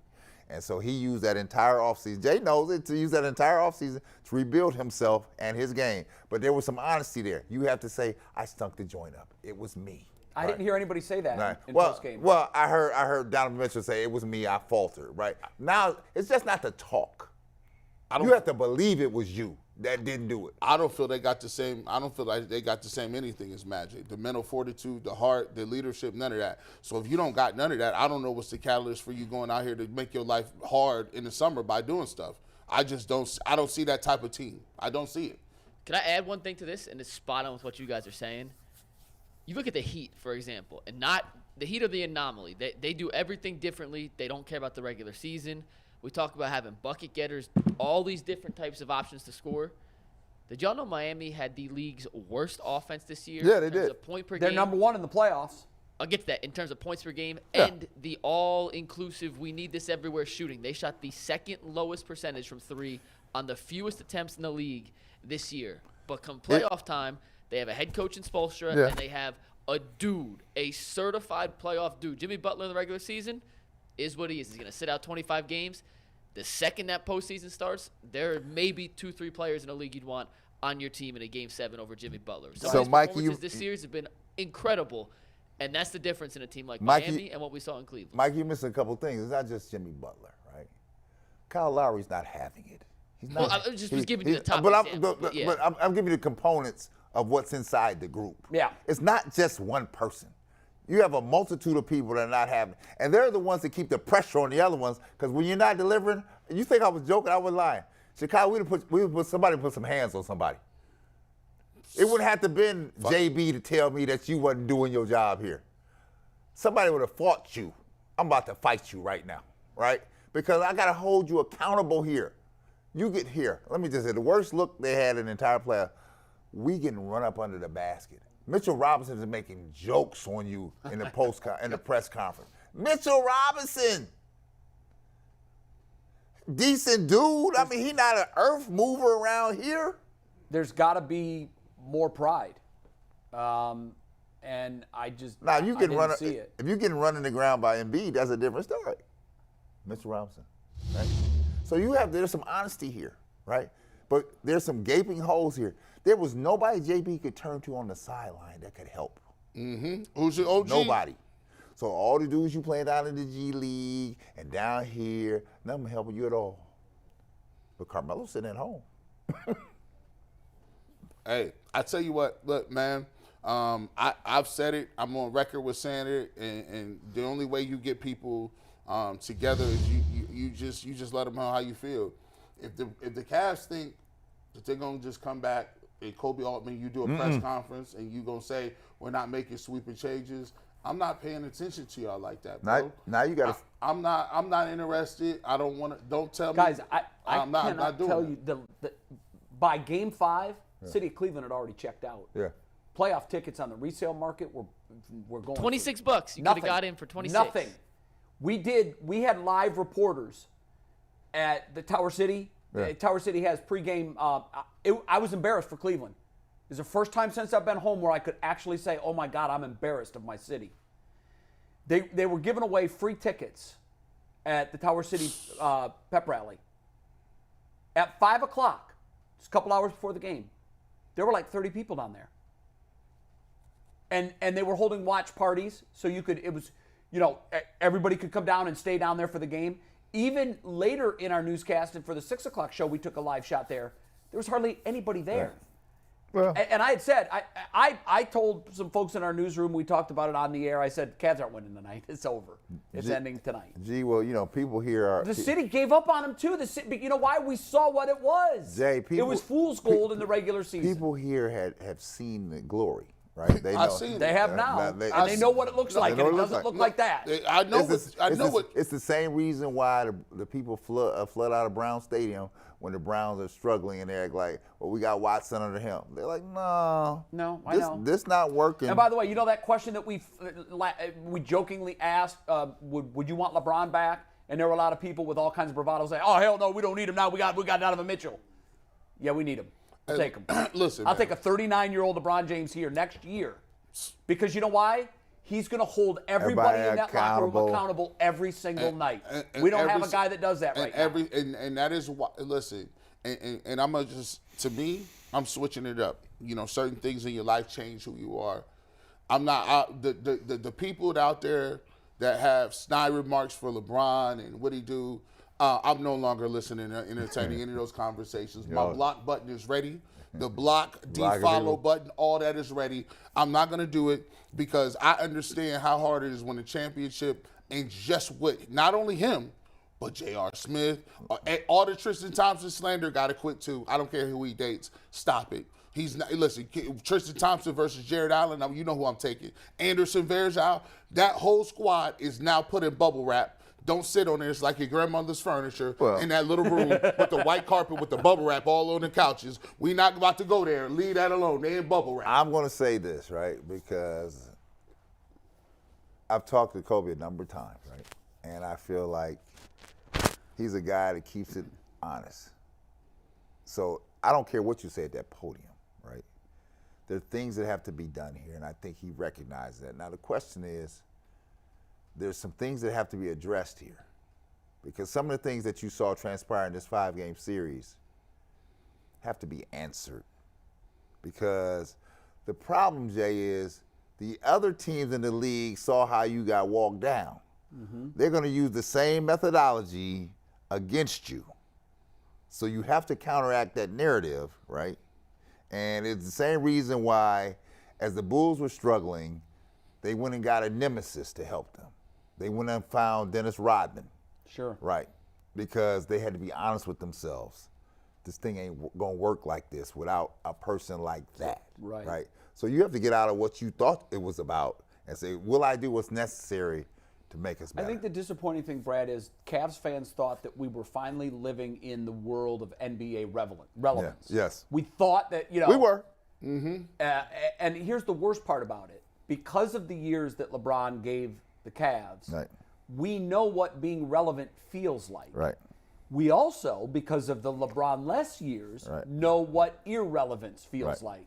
And we thought, oh, we're back in the relevance We're about to club. back in the game again. And we quickly got swatted back into the world of irrelevance. We gave everybody the fodder that they needed because Stephen A. went ballistic. I mean, this is and not just Stephen A., but I mean the whole thing, the whole narrative, right? So you undermined your 50-win season, right? Now, if you had given a performance like Atlanta and like I'm at this thing, Sacramento, then you say, okay. Yeah, they weren't even in the games. They lost by 11 That's the in problem. Game 5. They lost by 9 in Game 4 at home. They lost by 29 in Game 3. Yeah. After a big win in Game 2, they came out and lost by 29 points. It's so crazy. You know what? I'm gonna be honest with you, man. There's a time. People say I don't take to losing very well. We was playing Buffalo one time. Buffalo was like ranked 117th or something stupid in the country, and I'm at which is damn near last. Which is last in Division I, and we went to Buffalo and we got beat 40-0, 41-0.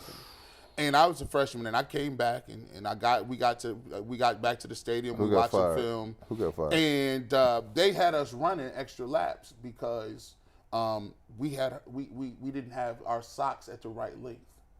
Wow. And of all the things they could have pointed to. And as we're on the line running, I just go in a monologue. I said, you know what? I said, it's a damn shame that you guys are out here trying to prove a point about running when you can't get a third down conversion. Why would you even call that? We running in the triple option still, and we in the dark ages. This is not the Four Horsemen in Notre Dame in 1920s. They looked at me like they had saw a ghost. They said, you know what? You shut your mouth. I said, you got what? You gonna make it run? We already running. We got beat 41-0 by the worst team in the game, and all you can come up with is running for socks, but no adjustments. You guys are great. You guys are great on discipline. You guys, listen, note to self, this ain't the military, right? Like, you can't send me to a war. The only thing you can do is either take my scholarship or make me run more. And they just made me run. They said, dang, bro, why would you do that? I said, sometimes you got to prove a point. How long did that coaching staff last? They was out of there the next year. Go. Peace. Not surprised. Go. Because we went 1-10. Well, so here, I think it was tough medicine for everybody. I'm not here to panic yet. I don't like the way any of it went down, right? I don't think anybody here went down. Anybody tell you they like the way it went down is lying to you, right? I need that old Dan Gilbert back. Dan, Yeah, if you listening, Dan, and you watch the show, hopefully you do. Tell your boy Kobe, if that was just a smoke screen, hopefully it was. But tell him status quo won't get it Well, done. I'm gonna tell you this. I'm not sure that anybody saw that coming, right? The way it came, right? Because some things you can't teach, right? Some things are the coach can't instill in you. Either you do or you don't, right? Yeah. And we saw more you don't than you do, right? Saw a lot more. Mike, you got some reads? Got two things real quick. It is 12:30, which means we are halfway through the lunch hour of the Ultimate Cleveland Sports Show, which is sponsored, as always, by Colleague Racing, the official NASCAR team of Northeast Ohio. Also, if you're not already, the question is why not? Become a member of the Ultimate Cleveland Sports Show for $1.99 a month. You get all the loyalty badges, custom emojis, and member-only community posts. That is hot each morning with Earl and Anthony on their question of the day, stuff like that. For $4.99 a month, you get all those same starter tier perks plus overtime videos 99% of the time. There is no overtime today. We got to get on a special call, and we can announce what that is, hopefully with some very good news a little later in the afternoon. So there is no overtime today, but almost every other day there's an extra segment of overtime content. You get member shout-outs, discount codes and merch, and much, much more. We will continue to update you guys through Haymarket, on the community tab, on Twitter, on Instagram, every way we can on the Browns draft the next 2 nights. Myself and Earl working over 10 hours of overtime, making sure you guys have all the information you need on whoever the Browns pick, whatever they do on trades, and everything you need to know draft-related. We are your number one source for that. Check us out on YouTube and on our social channels. We got one more topic we got to get to, and that is the Guardians, Jay. You weren't here yesterday for Tanner Bibee, whatever you want to call him. He's striking out 8 I just people. want to call him his name. I don't Tanner care Bibee. what you call him. He's the accountant with goggles, the silent assassin. You pick his nickname. But he Silent was assassin. phenomenal in his debut. You weren't here, Jay, but the question I want to ask you and the rest of the panel is, with what we've seen from him and Allen, I know it's just 1 start each. Yeah. They're going to continue to stay in the rotation. How much more pressure does that put on Civale, Plesac, and Quantrill to kind of step their crap up? A lot. Guardians are below 500. They're 2.5 games out of first place, and we're still in April.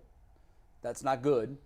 Now, I'm not going to panic because we're doing it without our number 2 horse. Mm-hmm. I don't know how long McKenzie's going to be out. I mean, for a sore shoulder, this is a long time. The word was it could be 60 days, which would take us all the way through May before we see him. Right there, that guy is the answer. Logan Allen is the answer.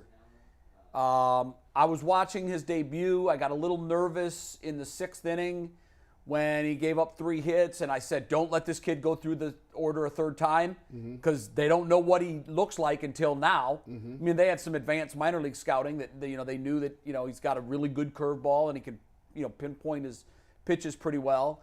But I was worried what would happen had the lineup got to see him a 3rd time, and fortunately, Tito came and got him after the 3rd hit in the 6th inning. He's very good. So is Logan Allen. So once again, the Guardians have 2 of the most talked about rookie pitchers in Major League Baseball. This is who they are. This is what they do. They've got some secret tree that's planted in Goodyear, and pitchers just fall off of it. Yep. And anybody in sports will tell you one of the hardest positions to develop in football, baseball, and basketball, all of sports, is quality pitching. And somehow they've got the cheat code. Yeah. And they've got this tree that guys are just falling off of, one after another. Thank goodness for that. If I'm Civale and Plesac, who, by the way, were two guys that were falling off of this tree just a couple of years ago, and even Quantrill, those guys haven't been – they've had flashes of being very good, but they haven't been consistent. Will Bibee and will Logan Allen be consistent? I don't know, but I think they're going to get a chance to show it.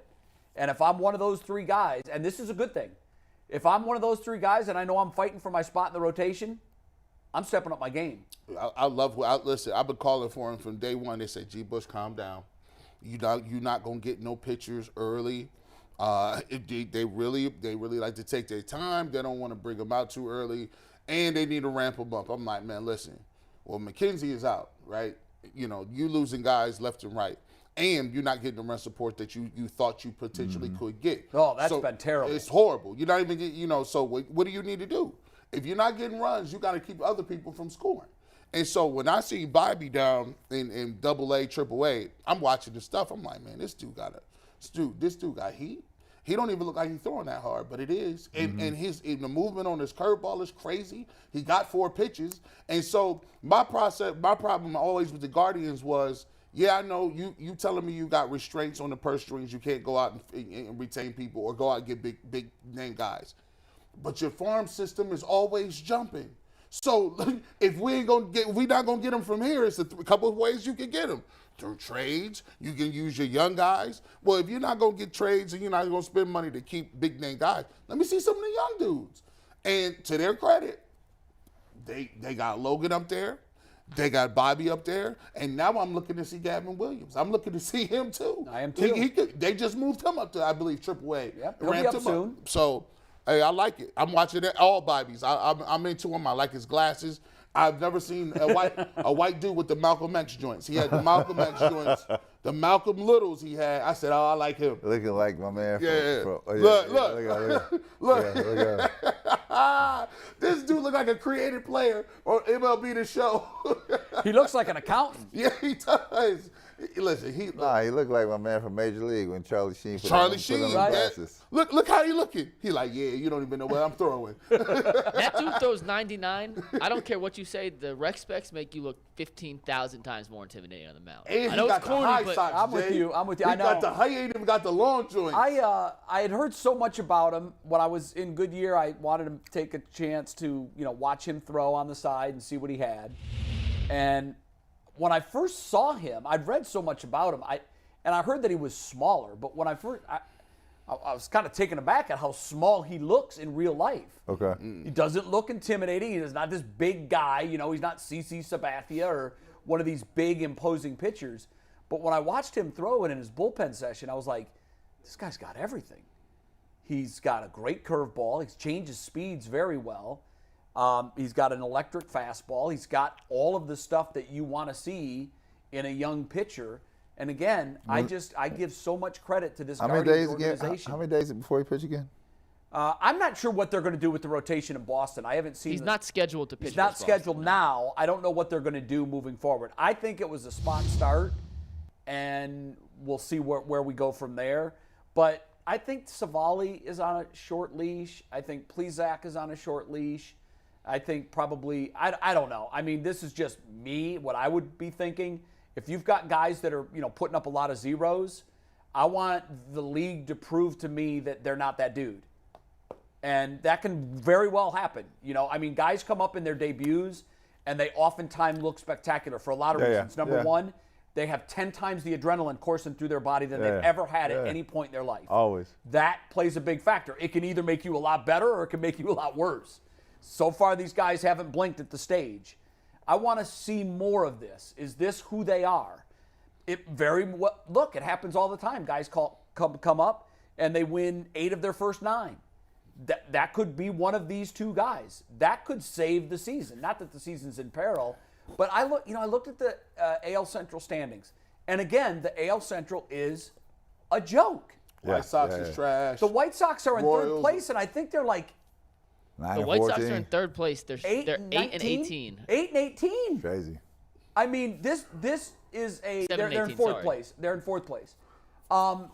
This division is going to come down to most likely the Guardians and the Twins. Mm-hmm. And the fact that we're only 2.5 games out, and we've hit like 12 home runs in 25 games. They're 13 29th home in runs. home runs once again. How many do we have? 13. 13. 13 home runs in 25 games. Gee. They're on pace to hit 80-some home runs. Didn't Bonds hit 80 or something? Bonds hit 75 one year by himself, They average about half a home run per game. So 1 home run every 2 games. which is really close to what Bonds averaged in like- his record-setting 74, season. right? Jeez.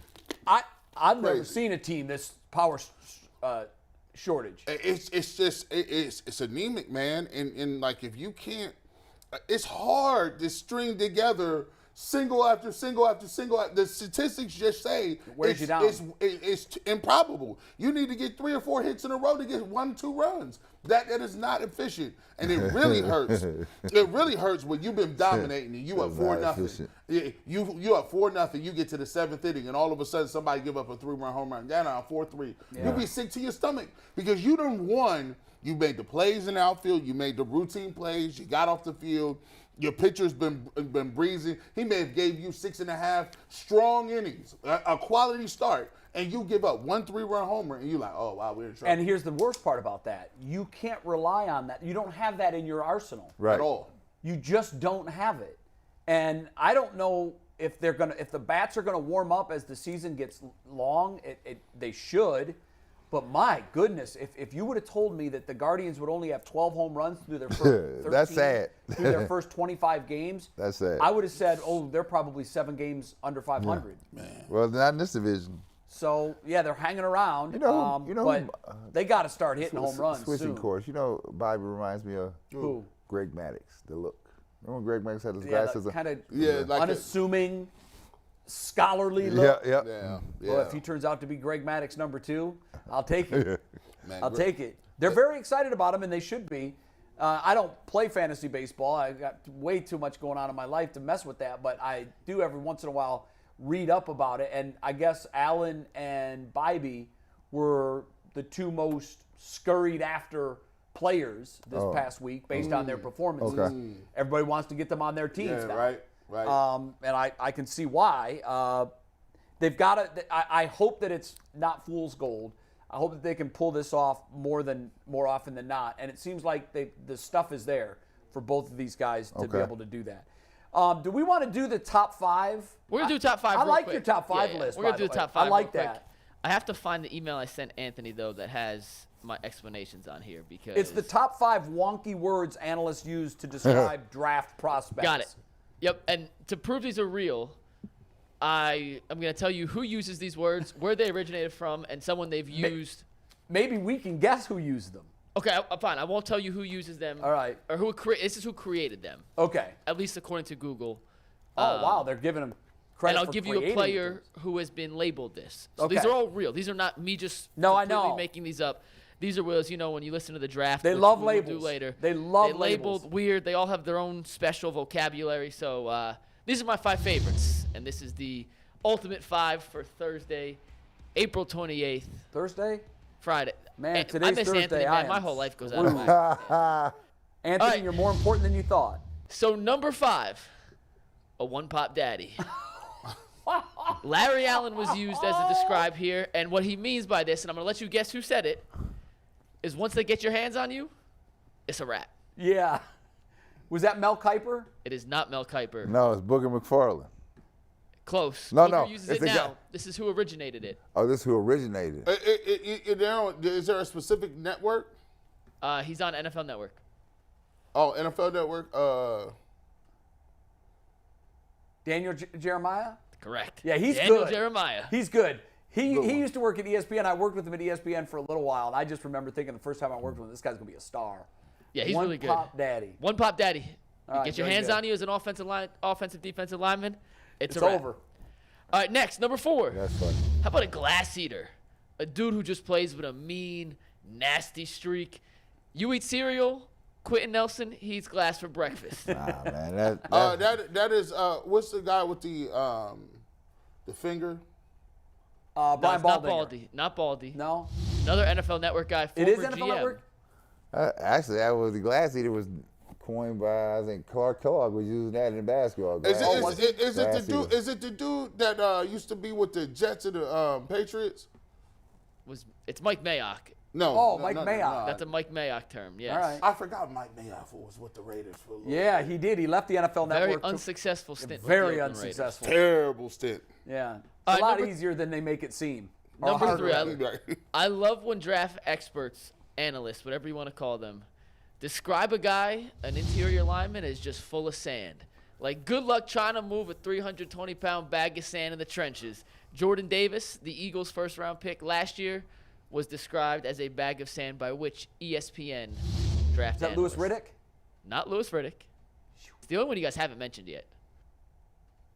He's big Oh, Todd time. McShay. It is Todd McShay. wow. Todd. So He's good, too. So you telling me they got Jordan Davis and Dude, they've got four. Well, monster hold up. that It's just- ironic that you're going to talk about Jalen Carter because he actually is the picture in the next one. Oh, good. He was described by someone on this list we already mentioned as a dancing bear, a massive human being with the feet of a ballerina. Yeah, that's Louis Riddick. So you That is Louis Riddick. so correct. you got a dancing bear in sand. That is very difficult to run on. Dancing bear and someone who's full of sand. Like what are you gonna do? Dancing bear is very descriptive, though. I mean, It's a good one. It's Don't a they- really good one. Hey, don't they still have Hargrove? Yeah, No, Hargrave's signed with he- San Francisco. Yeah, San Francisco in the offseason. Okay. We were hoping that we'd get Hargrave. Yeah, Right. yeah. Just- all right. What's the number one? Number 1. So this was Big one boy. that I heard up in the Big lead boy. up to this draft.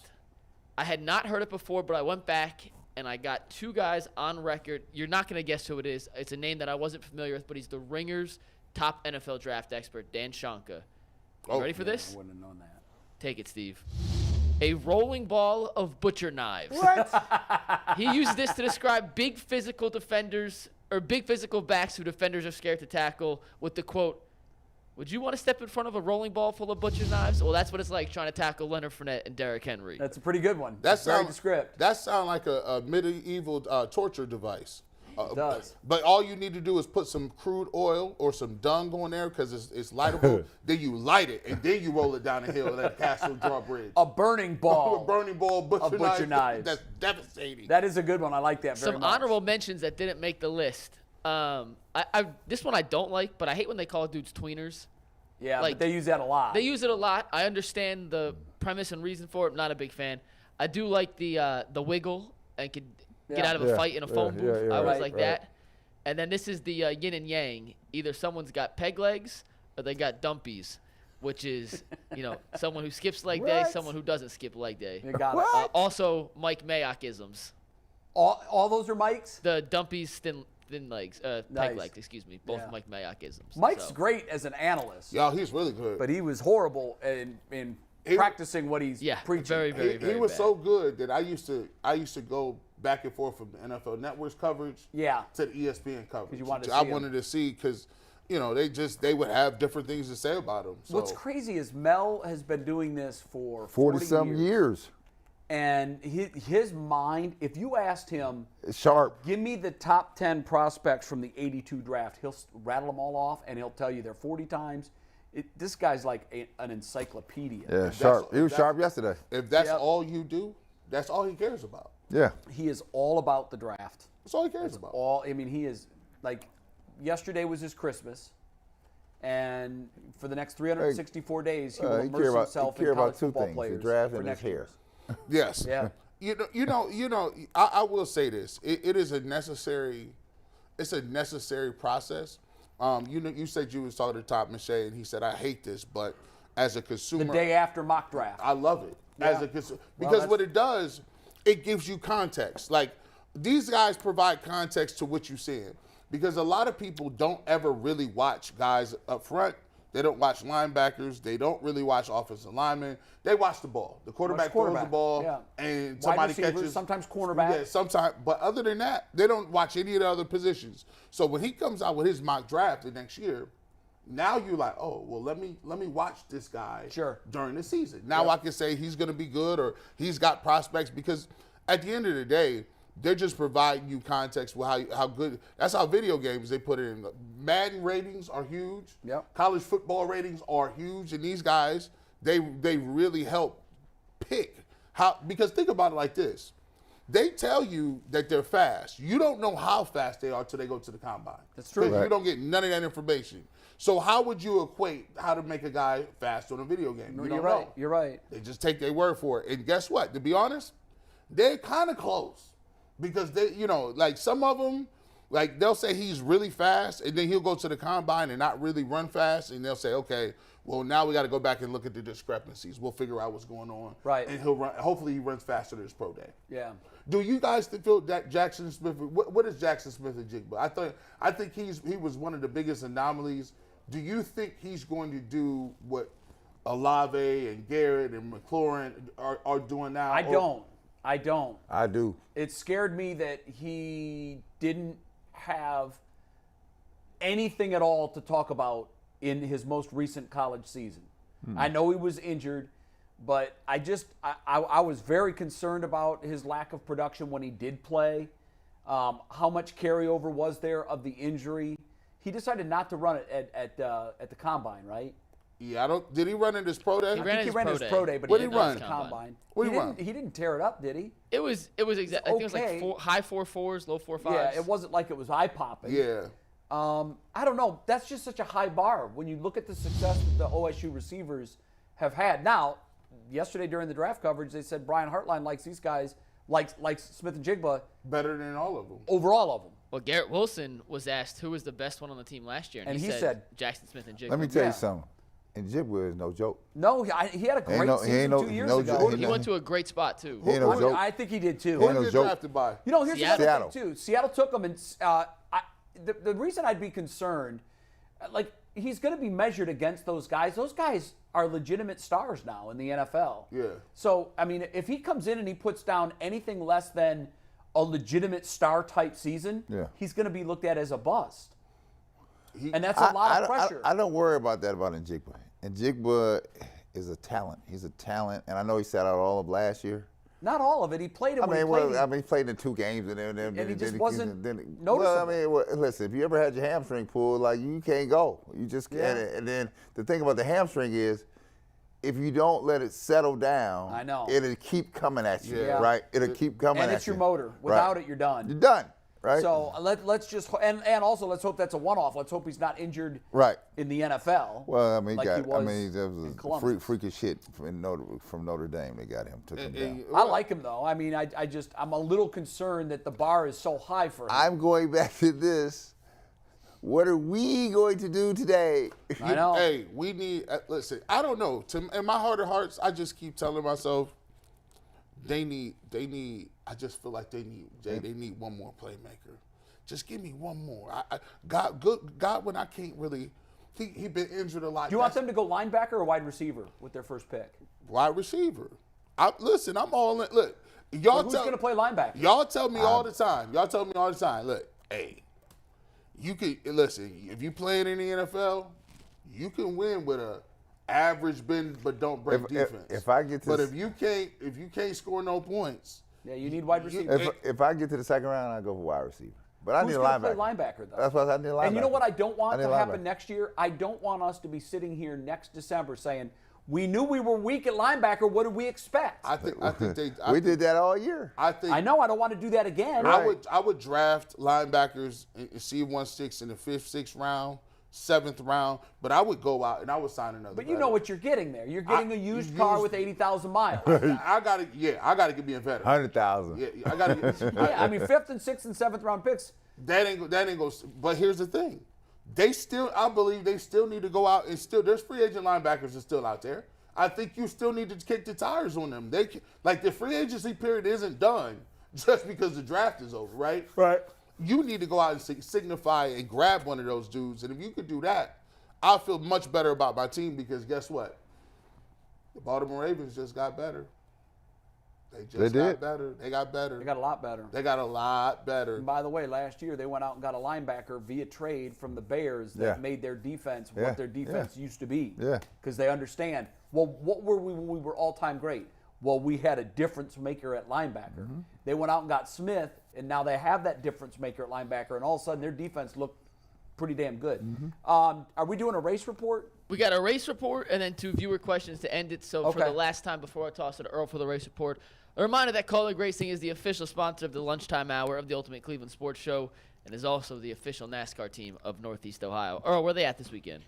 So they pull up the Dover Motor Speedway, also known as the Munster Mile, on Saturday, April 29th at 1:30. They will be racing what is called the AM Game 200. And then on Sunday, give me 1 second, they will be racing the Worth 400. That's Worth with a W, W-U-R-T-H. So good luck to Colleague Racing this weekend, man. Go get a dub. Yes, sir. Yeah, they need one. That'd be And nice. we have a couple viewer questions. Like I said, we're not doing overtime. We have to be on a stream. We'll announce why, hopefully with some very good news a little later in the afternoon. So we're going to end with a little bit of Ask the Show. We usually do this for overtime on Fridays. We're going to get them in here. First one's from our guy Eddie, and it's for G. G, if you had been relatively healthy, do you think you could have made it to the NFL? And if so, what would your career have looked like? Yes, I could have actually be truthful. They would come down to OU, different coaches, and this is the first time I had realized it. There would be coaches and scouts that would come down for practice, and they would come down when I was a redshirt freshman, and I didn't know who they was. I was just out there playing.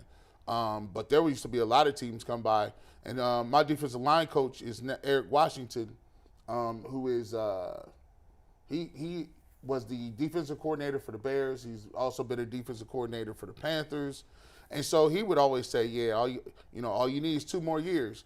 But, I mean, I tore every ACL I got. I missed a whole calendar year. Oh. And he actually took it kind of bad. He kind of cried when I tore my second ACL because he just knew what it was. It was just that difficult. So I wouldn't have went no first 2 rounds. I'd have probably been a late round pick, maybe 4th or 5th or something. All you ask for is a chance. Get a chance. That's it. Depending on what it is. And then it's just about what team you go to. If you go to a team that, is good and you get some good coaching and, it fits your scheme, you're good. So, I think I could have. But at the end of the day, we had Mike Dawson here. He said, hey, no disrespect, you way better at this than you was at football. He's like, and that's a compliment, man. He's like, you was all state, but on this, you right where you're supposed to be. How was that? Was Mike good? Oh man, awesome. He was tremendous, bro. Tremendous. Him and Ty was going back and forth. Mike Dawson had to set the pecking order. He's like, listen, young pup. Listen, young pup. This is the 02 national championship. Now don't get it twisted. We like that 14-15 joint y'all had, but that 02 was a different type of championship. I said, yeah, you're right. That joint is against the U. That was the greatest team I've ever seen. I told him, I was like, man, yeah. So he was great, man. Hit me up. Thanks for coming. If you watch it, shout out to him too. And Mike's going to come back. He was awesome. He cannot just be a guest. Like if he's coming in, he's got to sit in for a whole show. He was I agree with that. Too good. Last one. This is from Potek Penn. In honor of his recent passing, does anyone have a moment in their life that would have been gold on Jerry Springer? Oh, hell, everybody does. Everybody does. So, I never G watched definitely that show. does. Not one time? come on. You missed it. Nah. Well, Let me tell you something. That man built a probably $1 billion empire for as long as he was on. Because he was the #1 syndicated show outside of Oprah for years. I got caught. He did it on the backs of poor people. Yeah, he did. Mm-hmm. And but I was always stunned at this. I used to tell people he's exploiting people. Mm-hmm. And then somebody said, no one's putting a gun to any of those people's heads. They're all going on there telling those stories willingly. Like I'm talking about that, today on the Springer Show, he said his sister had sex with his best friend and then stole his husband. Stole her. And you're like, you're hearing these stories, you're like, that didn't happen. That didn't happen. But I did one time. There is one time I did get caught in the love triangle. Oh Lord. You did? Yeah, listen. So I was. So on this week's episode of Jerry Springer. So I got caught in the love triangle. How did that work? Oh, so listen, my girlfriend, she used to live in Boston, and then there was another girl. She was actually older. She was like, I was 25. She's like 39, 24, 39. And so like she lived in Columbus, and then I had told my ex-girlfriend was like, hey. I was like, hey, could you go in and check and pay? Because I had something to pay or something. I was like, hey, could you go in there and click this thing or whatever and pay this or something? And so I gave her the password to my to the banking account, right? Mm-hmm. And she took that password. She ran with it. She used that password on every single account I ever had. And I said, oh, I'm good. I'm straight. So she used it on Facebook, nothing. Used it on MySpace, nothing. You all that, nothing. She was like, you know what? Let me put it in this email. Now, on my email and Hotmail, I don't never delete nothing. That woman, that woman had to spend a whole day at work going through all these emails and found the email. Found the email, and the first time that this other lady had hit me up, right, on the phone. She took that phone number, called her. About 15, 20 minutes later, my heart sunk when she called me because I already knew what it was. It was just like a day of reckoning, and all I heard was on double phones, on three-way. Hey Garrett, how you doing? Hey Garrett, how you doing? You messed up now. You got caught. Gotcha. Jerry Springer would have Got loved that story. See you Monday.